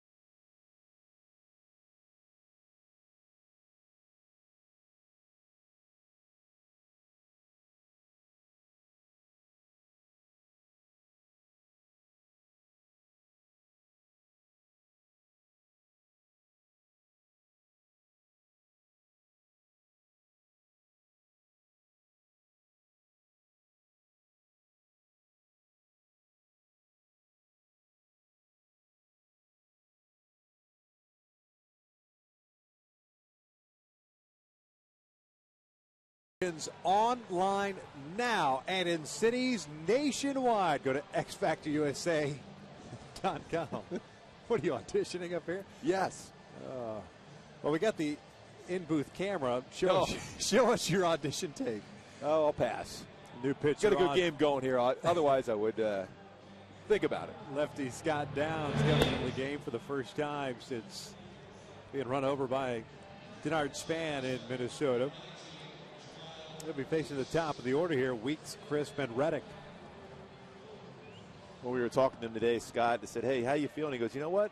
I'm used to not feeling perfect as far as whether it's his foot or the arm. He's been around for a long time, throwing a lot of pitches. Said he wouldn't feel right unless something was bothering him. That's a typical veteran response. Something is wrong if something's not bothering you. Exactly. Jamal Weeks is the batter. Spins around to hit from the right side for the first time tonight. The first pitch is in for a strike.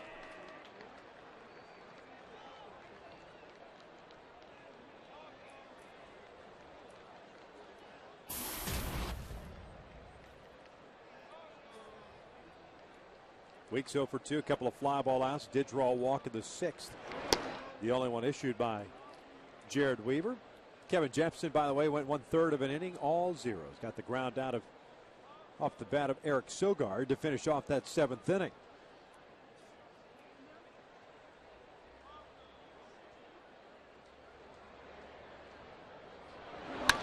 Ground ball. Weakly hit towards second base. Weeks is retired. There is out number 1. Let's go back to that day in Minneapolis when Downs got hurt. And we've seen a number of these plays so far today. 2 slow rollers, covering the base, trying to find the bases. The throw's over. Bernard Spand, boy, when he stepped on the foot of Scott Downs, that cleat went right through his spike and into the skin around the ankle for Scott Downs. Seen a number of those slow rollers today, and with these 2 guys for Weeks with that bat there, and of course Coco Chris, both these guys are speed guys. They'll be tested. 0-1 count. Thankfully, nothing as far as serious damage to the Achilles tendon occurred. That's the one thing that you feared, especially watching him writhing in pain on the ground. Well, that's what I thought it happened right away. The way the spike in the foot right at the base. Downstairs, 1 ball, 1 strike on Crisp. The center fielder is 0 for 3.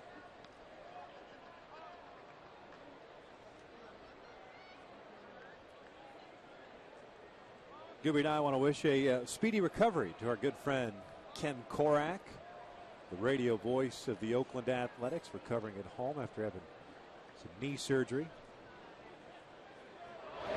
Great pipes, great guy. Oh, yeah, he's always fun to talk to. Sandbagger on the golf course, apparently.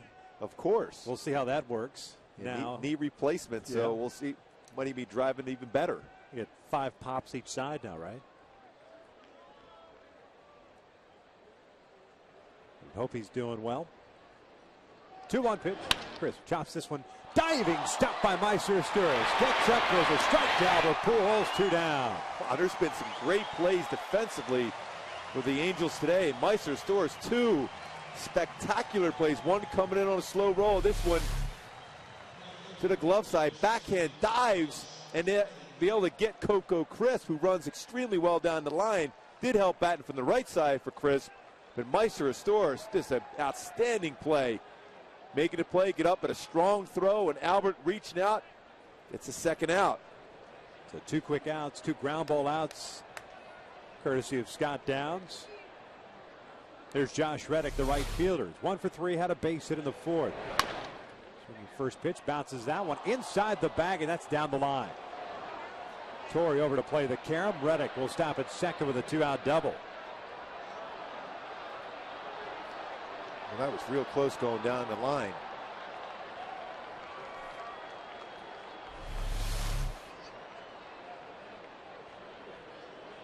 Looked like just over the first base bag.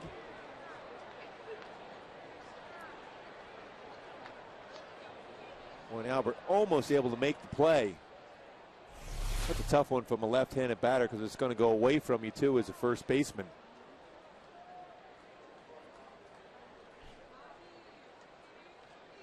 Going to get a pitch hitter here. Johnny Gomes has come out to the on-deck circle. He will bat in Seth Smith's spot in the order.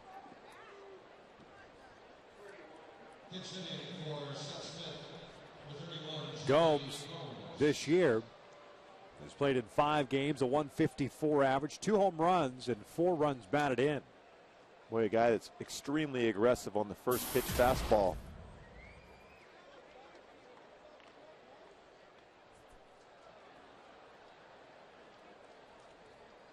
Mike Butcher out to talk things over with Scott Downs. LaTroy Hawkins begins to play catch in the bullpen for the Angels. Johnny Gomes last year split time between Cincinnati and Washington, collecting a total of 14 home runs. And 18 home runs for the Reds in 2010. 20 home runs in 98 games in 2009 for Cincinnati.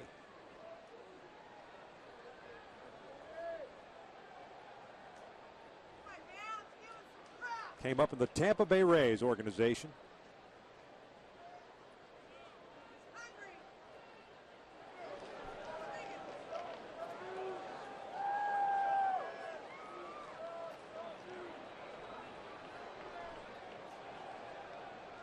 First pitch. Gomes takes downstairs. 1 ball, no strikes.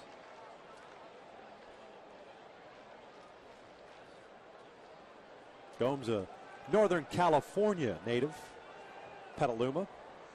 1 for 8 in his career against Scott Downs. And the key for him is to stay away from the middle part of the plate with the fastball. If you can sink a fastball away, it can be effective. Change up away is also good. The 1-0 pitch. Takes a strike, and it's 1-1. 27,338 in the house tonight. It was a warm start when the game started. It's cooled down a little bit. It's supposed to be nice weather all week. All night games, at least until the weekend. Yeah, until Sunday. Even Saturday's game, a 6:05 start. This one fouled off to the right. And Downs ahead of the count at 1 ball, 2 strikes. With 2 outs here in the 8th inning. 3-0 Angels. A 3-run home run off the bat of Kendrys Morales in the 1st inning off Brandon McCarthy, who is still in the game. 7 innings for McCarthy, 4 strikeouts, the 9 hits. And whenever he has had base runners, he has limited the damage. As a matter of fact, Torrey Hunter had a leadoff double off McCarthy in the 6th inning, and Torrey was stranded at third base. Throwing strikes. No walks for him. Here's the 1-2. That's in the dirt. Nice block by Iannetta as that ball bounced a couple of feet in front of the plate. 2 balls, 2 strikes. Boy, what a job Chris Iannetta has done defensively tonight. That's some bad luck as far as swinging the bat. He could be 2 for 3, but defensively outstanding. That ball was almost on the grass. Kept it in front of him. Nice job of backing up. A throw from Howie Kendrick a couple innings ago. Blocking some pitches in the dirt. Calling an excellent game for Jared Weaver.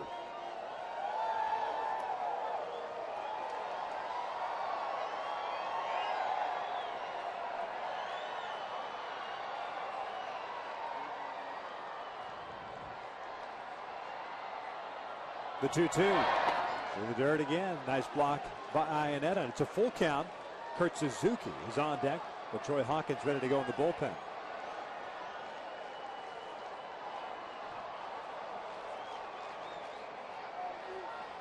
Well, you wonder if he's going to try that little 2-seam fastball away now. Get good action. Around 88, 89 on that pitch. Tried to get Gomes to swing over top of a couple sliders down and in.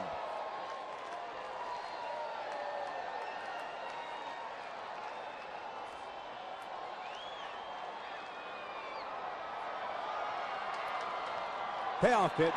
Gomes chops one toward third as Sturis has it. Fires the first in time. The inning comes to an end. Into the bottom of the 8th. The Angels still leading it 3-0.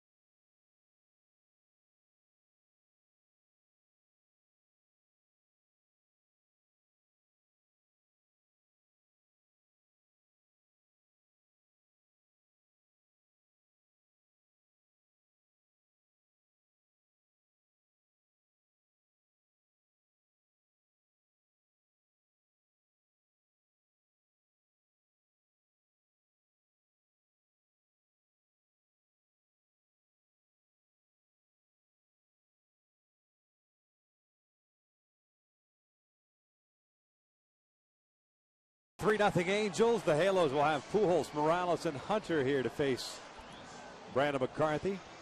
Johnny Gomes stays in the game, and he will play left field. He was the pinch hitter that grounded out to end the top of the inning. There's Johnny.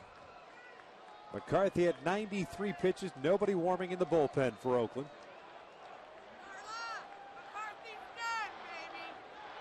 Boy, 64 strikes with his 93 pitches thrown. 4 strikeouts and no walks. Albert Pujols 1 for 3 tonight. First pitch a little bit high. 1 ball, no strikes. Albert had a base hit and a run scored in the first inning. With a fly ball to right in the third, a fly ball to left in the fifth. 1-0 pitch. Took an angry hack. Fouls it straight back, and it's 1 ball, 1 strike. Yeah, something out of the strike zone too for him, but it was a hanging cut fastball that sometimes as a hitter, even if a very good hitter, you see that and you still make that approach and foul it off. 1-1 pitch. Downstairs. Took something off. And it's 2 balls and 1 strike.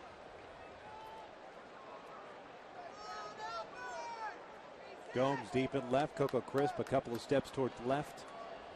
Infield on the left side playing pulls to pull as he swings and loops one out toward left center field. That's going to fall down and go for extra bases all the way to the wall. Albert will head to second, a leadoff double. His 4th double of the season.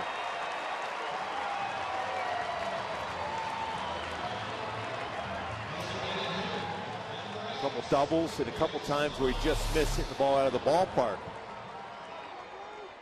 His hands is so quick. Very little movement. It's that good center balance that drives that into left center field. A's will start to get some action going now in their bullpen as Kendrys steps in. 2 for 3 game, a home run, 3-run shot in the first, a single, and a fly ball to center. Fouls this one back. That fly ball to center field was the one that took Coco Crisp all the way to the wall. Would not have left the building, at least we don't think it would have. But a terrific catch nonetheless by Crisp.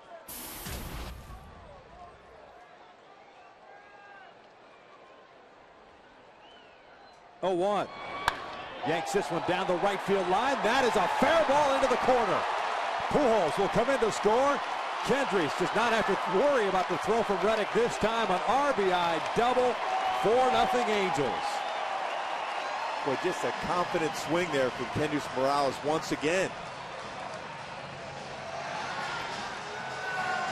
Well, you can just see his approach is this the mannerism in the batter's box compared to when he was struggling there just a couple games ago.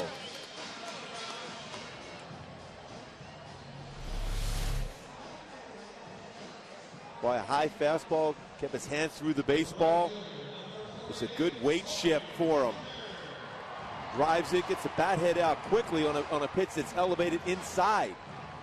Say what a fairly level swing for a guy who's got an uppercut swing from the left side of the plate. Terrific piece of hitting. Yeah, to be able to bring your hands up, to be able to make good contact like that on an elevated fastball. That's going to be it for McCarthy, it appears, after 99 pitches. Bob Melvin making the slow walk out. And we're going to have ourselves a pitching change, no longer a save situation. Jordan Walden was loosening. He's no longer playing catch. No call as of yet by Melvin. Kerrigan was up and loosening. Should take him much longer now. The call to the bullpen has been made. We've got ourselves a pitching change. We're in the bottom of the 8th. Back-to-back doubles. Let's put the Angels up 4-0.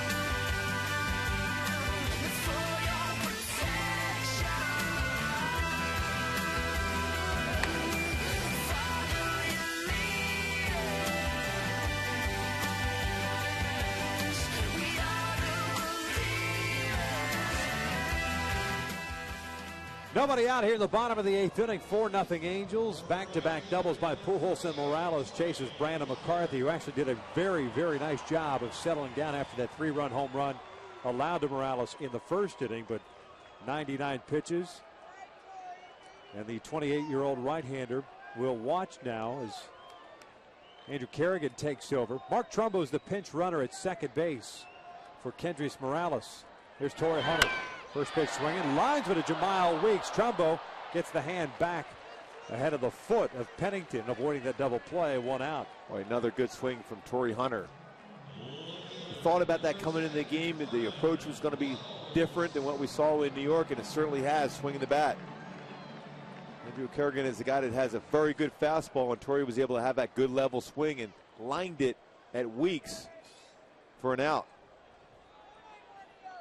Kerrigan is a guy who will throw 92 to 96 slider and split finger fastball. Facing Vernon Wells, who's had a 1-for-3 game. The fastball's down and in at 95. 1 ball, no strikes. Kerrigan made his Major League debut last year, pitching in 6 games with the Athletics after being a 5th-round pick in 2007 and climbing the ladder.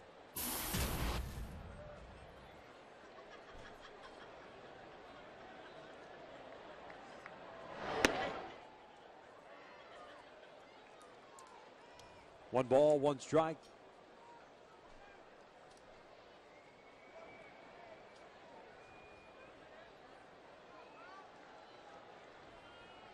Jumbo with a good lead at second base. Here's the 1-1 inside. 2 balls and a strike. 5th game of the year for Kerrigan already. 1-1 record of 5.40 ERA, just 3 1/3 innings. 4 hits allowed, 3 strikeouts and 2 walks.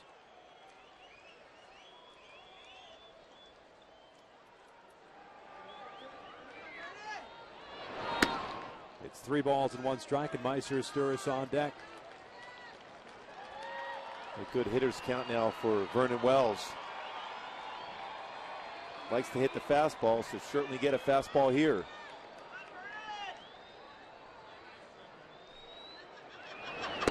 Lays off, and it's a walk. So Sturis will step up with 2 on, 1 out, and a 4-0 lead.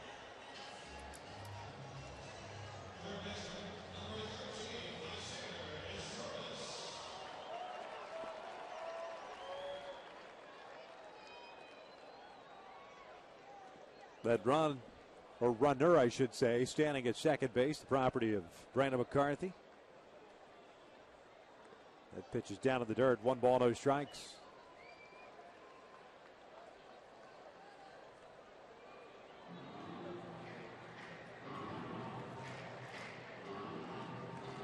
That's a lot of work already for a young season, although limited as far as 3 1/3, but 5 games. This is the 11th played by Oakland. A lot of times up, preparing to get in the game also. You know that innings and pitches don't seem like a lot, but that is it. High amount of games already for him this early in the season. A tough time commanding his fastball right now. 2 balls and no strikes on Meiser. And a 1-for-3 game. Base hit in the 4th inning. Trumbo, the pinch runner, standing at second. Wells standing at first. 3-0. Chris Iannetta on deck. Bob Melvin talking with Chip Hale, the bench coach.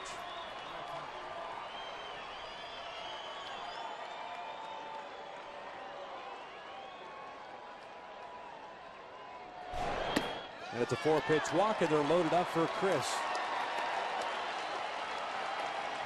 I'd like to see Kurt Young come out, the pitching coach, to talk to Kerrigan. Looking out of the bullpen, LaTroy Hawkins continues to play catch. This no longer a save situation, so Walden is down. Looks like LaTroy will be pitching the 9th. Oakland has Suzuki, Barton, and Pennington due up in that 9th inning. Jared Weaver, 6 2/3, 6 strikeouts, career strikeout number 1,000 in this game. That was of Josh Reddick in the 6th inning. Kevin Jepson 1/3 of an inning, got the ground out at the end of the 7th. Scott Downs 1 inning, 1 hit allowed. Chris Iannetta's 0 for 3.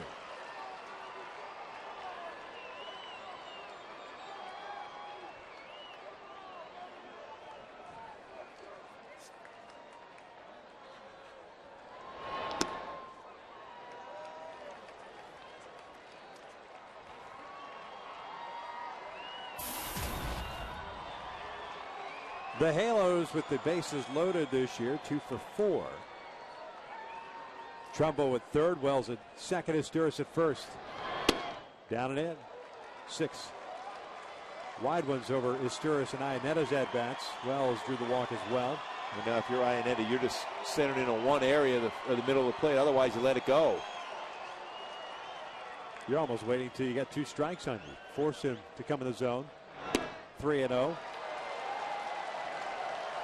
Well, when you start aiming a baseball as a pitcher, that plate seems to get smaller and smaller. Bob Melvin's signaled out to Kurt Suzuki to go out and talk to him, to give him, Jerry Blevins, some time down in the bullpen to be ready to come in the game. 13 pitches thrown by Kerrigan. 2 strikes, 11 balls. And that line drive he threw for a strike, Torrey Hunter was crushed, that Weeks made a nice play on.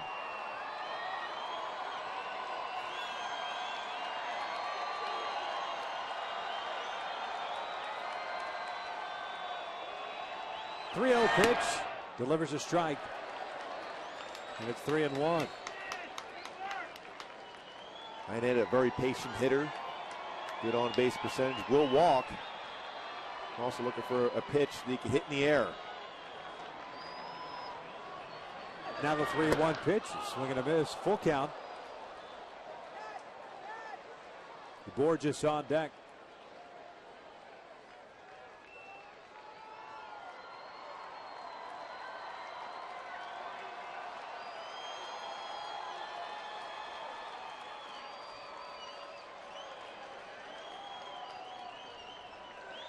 Payoff pitch.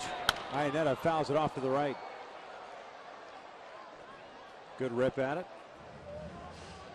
Well, he challenged him at 96. But that's a pitch as a hitter you can get in the air. He had a good swing at that one, fouled it straight back.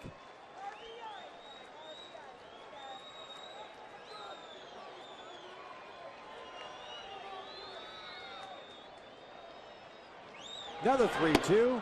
He did not go around. That'll bring home a run. It's 5-0 Angels. The bases loaded walk, 3 consecutive free passes issued by Kerrigan. A little insurance for the Angels as Peter Borges will step in.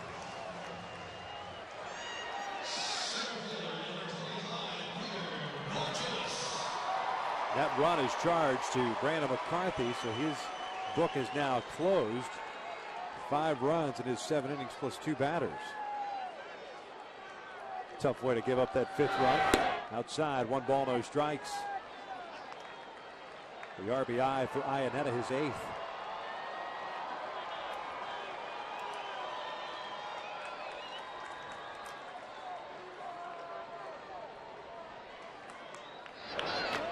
Ball gets away from Suzuki. That will bring home a run, make it 6-0 Angels. A wild pitch.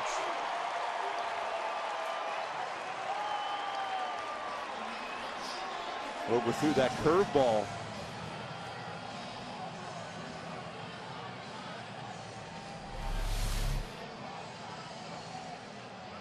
Well, a very tough pitch to be able to block if you're a catcher. The thing you can hope for is to backhand that ball, because it's going to have that spinning action when it hits the dirt. Quite different than a fastball in the dirt. That slider or curveball that spins differently. It appears as if Suzuki made much of an effort to try to square the shoulders with that ball. So runners at second and third.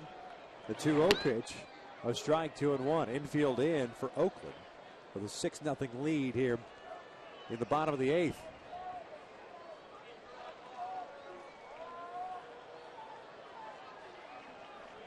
Borges 1 for 2 with a single.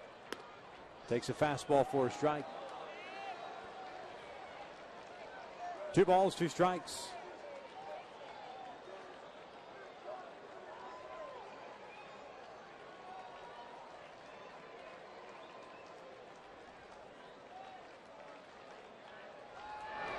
Borges slices it foul down the right field line. Reset and do it again at 2-2. 3 runs in for the Angels here in the 8th. Back-to-back doubles to start the inning by Albert Pujols and Kendrys Morales. Kendrys was a 3-hit game, 3 for 4, and 4 runs batted in. 2-2. Chopper to second base, going on contact as Asturias to throw to the plate is in time. Nice block too by Suzuki, keeping that left foot on the third base side of the plate. 2 down. Yeah, if he doesn't keep his foot there, I think Meister has a chance of getting that slide and that foot back part of the plate and scoring on this. He did a nice job as far as going on contact with a tough hop for weeks, but that foot was there to be able to block Asturias from getting his foot into the base. And it's the only thing that prevented Asturias from scoring there with the high throw from Weeks. See, the foot stops him and able to apply the tag with that hesitation of the foot trying to get to the plate. Eric Ibar steps in, runners at first and third, 2 outs. Eric takes that pitch outside. Ibar is the 8th man to bat here in the 8th inning. 0 for 4 game, 3 ground outs and 1 fly ball out. Oakland with 6 hits, having stranded 7. The Angels at 11 hits. 5 left on base. This one pulled over to first. Barton's got it. The inning comes to an end. The Angels score 3. We head to the 9th. LaTroy Hawkins coming on, trying to seal the victory.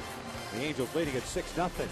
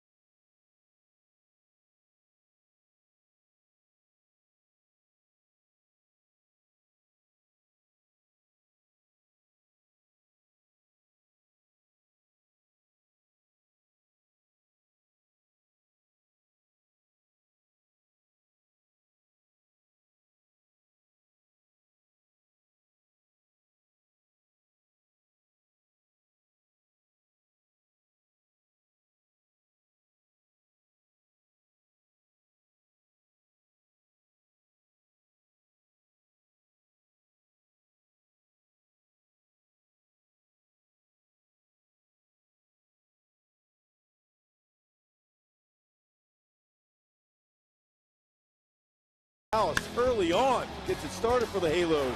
A 3-run home run to left center fielder's first home run, first RBIs of the season. Big game for Kendrys. But Jerry Weaver, we talked about him setting the tone, had an excellent changeup work, and that's strikeout number 1,000 against Josh Reddick. Keeps that baseball. Not that one. Not that one, no. We kept the one early, threw it off the field. Momentum. And of course, Kendrys Morales, what a job he's had. A double, single, got robbed of a would-be double off the wall, maybe a triple. Yeah. This is when I think of personal accolades. Here's my career strikeout 1,000. I'm going to get about another 1,000 or 2,000 more. LaTroy Hawkins takes over in the 9th with the Angels leading it by the score of 6-0. 3 innings pitched for LaTroy in 3 games this year. Pitched 2 days ago, won 1 inning, had a strikeout against the Yankees.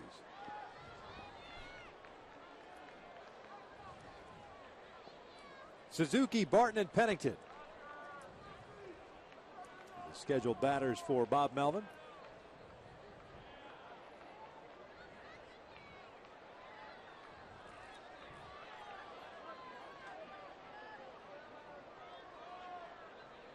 Kurt Suzuki 1 for 3, had a base hit in the 7th.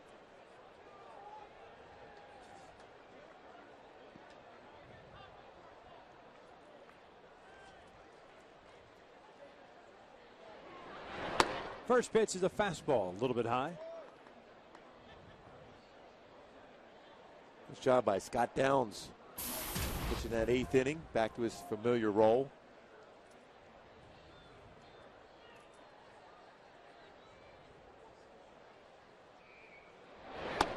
Fastball's up and in, and it's 2 balls and no strikes. Hawkins in his 3 innings has 3 innings of work, 2 hits, 3 strikeouts, 1 walk.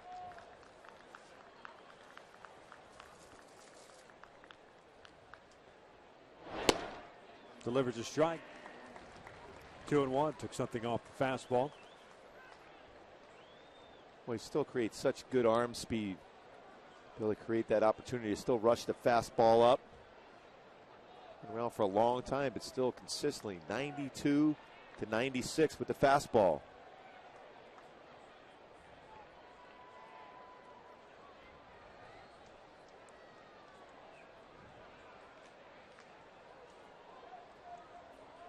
Two-one pitch. Suzuki lifts one out toward left center field. Peter Borges calls off. Vernon Wells, 1 down.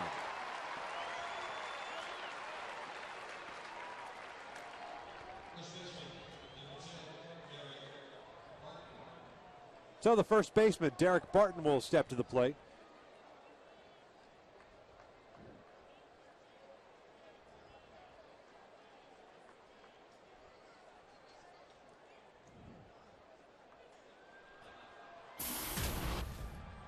Barton today is 0 for 3, did reach on the fielder's choice in the 7th.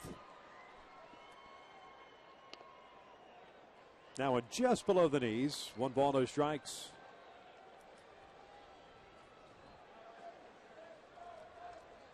Win tonight, the Angels will have picked up their 4th of the season. Their first game of the 7-game homestand. 4 against Oakland, 3 against the Orioles as Barton, a little bit tardy on the fastball, has the count even at 1 ball, 1 strike. Well, we mentioned getting back to just your normal routine. Night games, back home. I mean, when you think about it, season starts, you just have a 3-game homestand before you go out on the road. 3 home openers we saw in 7 days. Strike on the outside corner, 1-2. Dan Herron will get the start for the Angels tomorrow. Tyson Ross scheduled to get the start for the Oakland A's, and he is get that funky delivery, good stuff. Yeah, you're talking about a short arm pitcher. Kenny Hill was like that. He does have good movement on the fastball. He can rush it up there in the low 90s. Yep. 2-2 count. Cliff Pennington, the shortstop, on deck.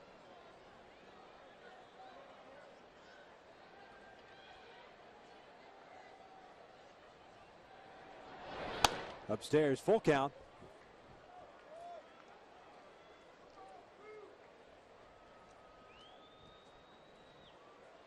Irvin Santana goes on Wednesday. C.J. Wilson on Thursday.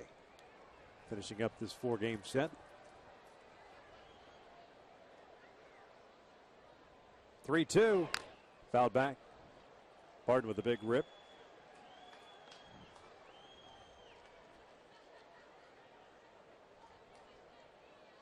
Looks like we're going to get a chance to talk with Chris Iannetta after the ball game. Talk a little bit about Jared Weaver's performance today. Weave looking for his 2nd victory, 6 2/3 today. 5 hits, 6 strikeouts, and 1 walk. He's allowed 2 walks to go with his 23 strikeouts on the year. Another 3-2. This one skied to right. Torrey Hunt drifting back on it. It's under. 2 down. I can guarantee you, when people go in to talk to Jared Weaver about his performance, they're going to give a lot of credit to Chris Iannetta and what he did behind the plate for him today. Not only calling the pitches, doing a great job as far as blocking breaking balls or change-ups in the dirt. A nice job of backing up a wide throw by Howie Kendrick down the line, which could have changed that inning. Instead of being 1st and 2nd, the way it was, Weaver get through it, could have been 2nd and 3rd. It's those little things that help you win a game. Pennington will take a strike.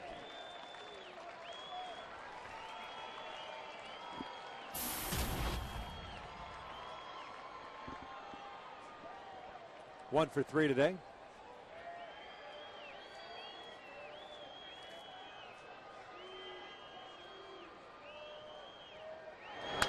Fouled back. A's down to the last strike with 2 outs here in the ninth.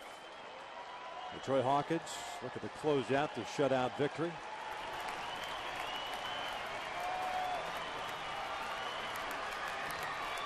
The Angels with 3 in the first and 3 in the 8th inning against Oakland.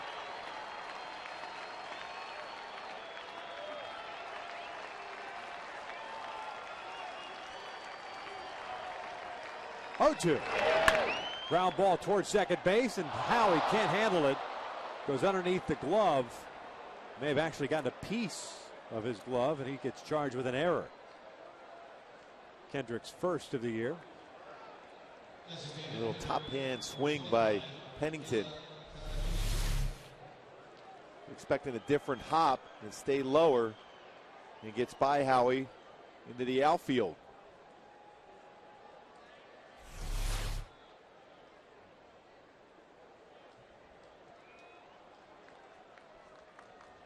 So the inning continues with a man at first base, and Kila Kaiue, the batter.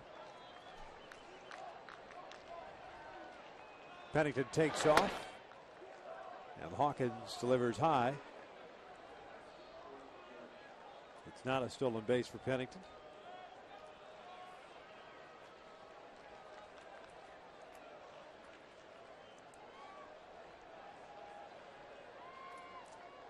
Oakland's DH, 1 for 3, had a base hit in the 5th.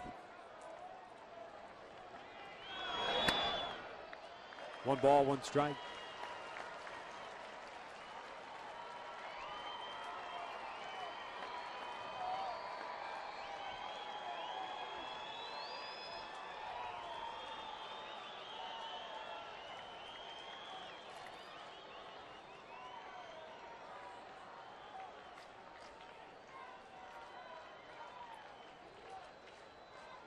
Here's the 1-1.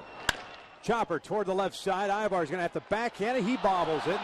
They throw to third base, and Pennington gets the hand back in there as he overran the bag. So a couple of miscues here by the middle infield. Puts runners at first and third with 2 outs, and Eric Sogard will get an opportunity. Off the end of the bat, trying to position himself to make the strong throw on the backhand. It bobbles the ball, almost gets Pennington at third base.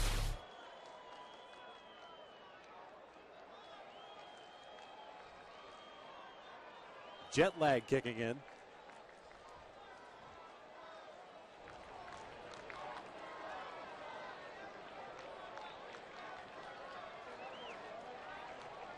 Third error of the game for the Angels.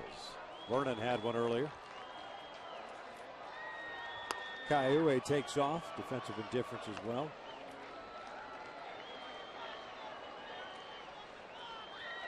And now Jordan Walden begins to play catch again lightly. And the Angels bullpen. Sogard is 0 for 3. Couple of ground outs and a strikeout.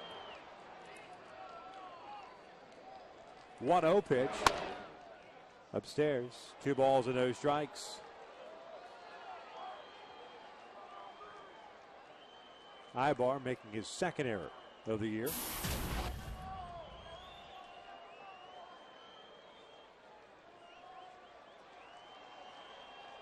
First time the A's have had a man at third base tonight. 2-0 on its way. He'll look at his strike. 2-1.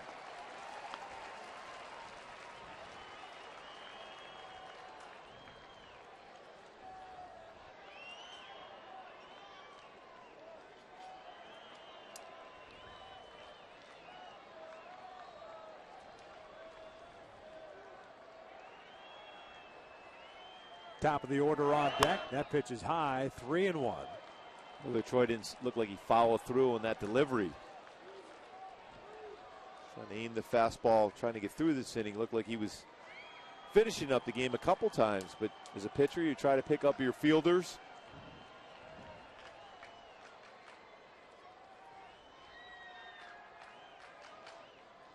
Three 3-1 is a strike. Full count.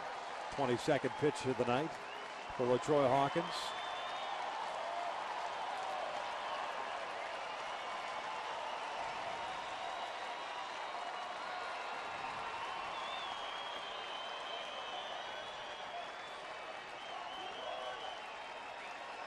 3-2 count with 2 outs. Payoff pitch. Fouled off to the left. See if the third time's a charm for LaTroy Hawkins. He's gotten a couple of ground balls that should have ended this game. Kendrick with the error. Nybar followed with an error of his own, putting runners at second and third.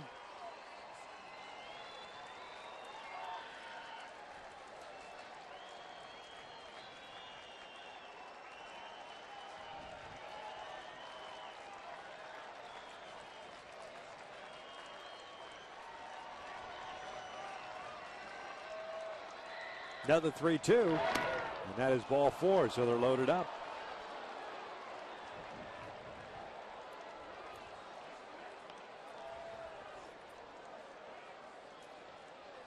Mike Butcher's going to come out, pay a visit.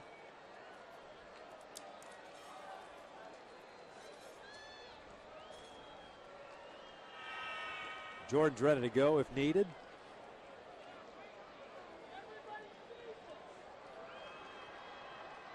Jared Weaver hanging out in the clubhouse, looking and waiting for his second victory of the year. Brandon McCarthy would take the loss. The Halos hang on to this one. McCarthy came in with an 0-1 record.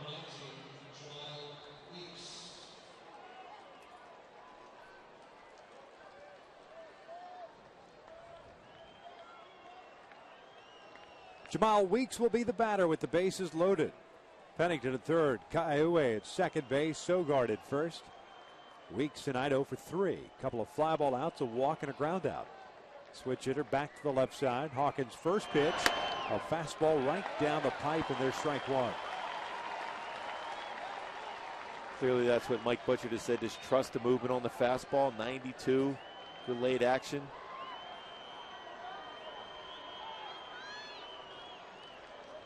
Outfield shallow against Weeks.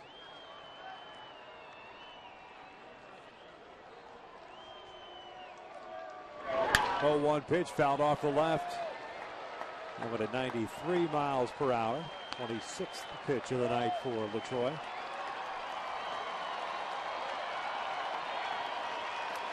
And like the broken record that I am, the Athletics down to their last strike. Yet again. Said well, though.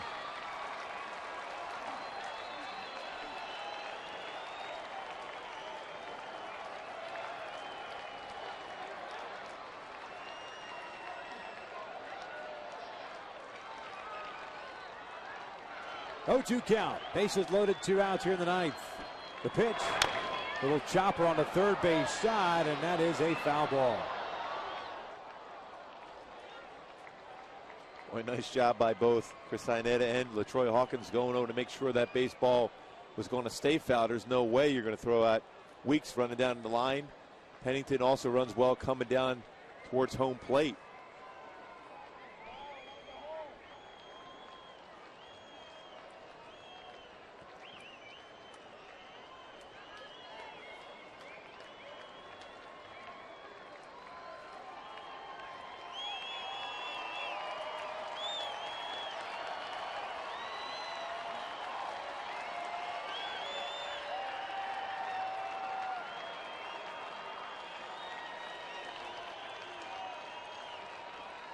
Reset, do it again at no balls, 2 strikes. Bases loaded.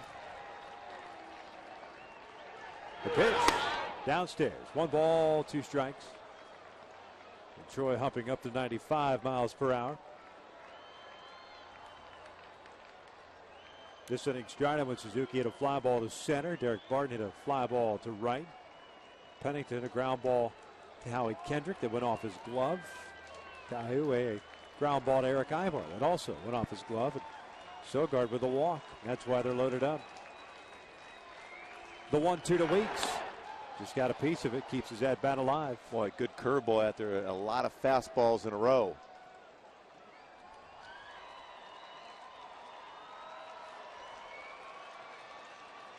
Troy, the third pitcher used by Mike Scioscia today. Jepson 1/3 of an inning. Scott Downs 1 inning.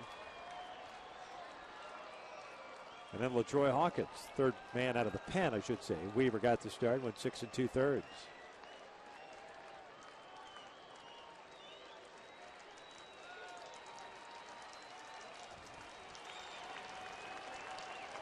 The pitch upstairs, 2 balls, 2 strikes.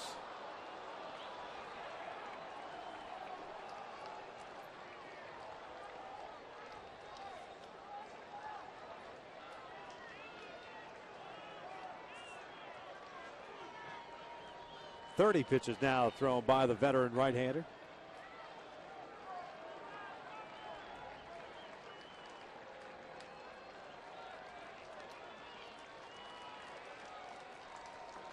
The 2-2. Swing and a miss. Down goes Weeks. Light that baby up as the Angels pick up the victory by the final of 6-0. Boy, just a great job all around. Tone set by Kendrys Morales with a 3-run home run in the first inning. Jared Weaver, outstanding 6 2/3 shutout ball. Torrey Hunter hit the ball very well. A couple hits, including a double today. Outside of the ninth inning, the defense very, very solid. A number of ground balls that were played well. A big victory after coming back from a tough road trip, especially getting in late at night from New York last night. Halos pick up the victory, 6-0 the final. Jared Weaver moves to 2-0 on the season. Brandon McCarthy takes the loss. He is now 0-2, and the hero of this game, Kendrys Morales. A big, big game for Kendrys. Glad to see him back in the lineup and swinging it. 3 for 4, 4 runs batted in. A single, a double, a home run. And was robbed of potential extra bases on a terrific play by Coco Crifts. That was in the 5th inning.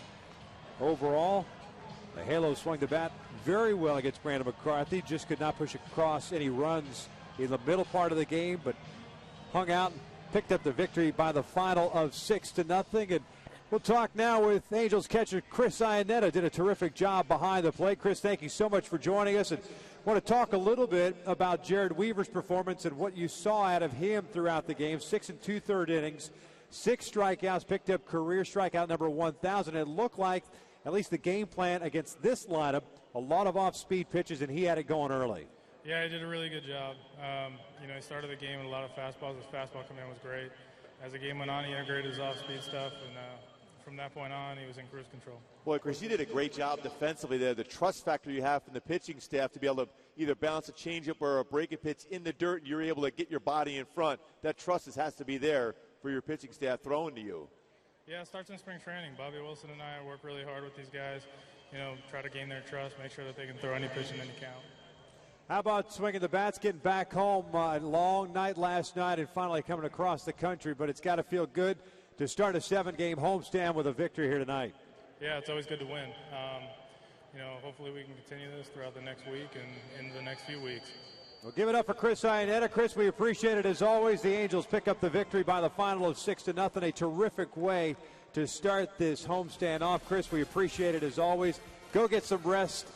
Game 2 tomorrow night. Dan Herron, you'll probably have a tough task tomorrow night as well. Thanks, guys. You got it. Then a terrific game overall for the Halos in picking up that win. And you know what? A win is a win. And you start off a homestand, especially getting back on track with a nice victory. Boy, nice job all around, Kendrys Morales. But again, great effort by Chris Iannetta as far as defensively behind the plate.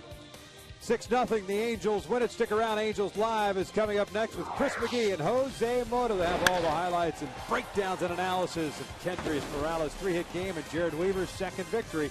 Angels win it 6-0. Angels Live is coming up next.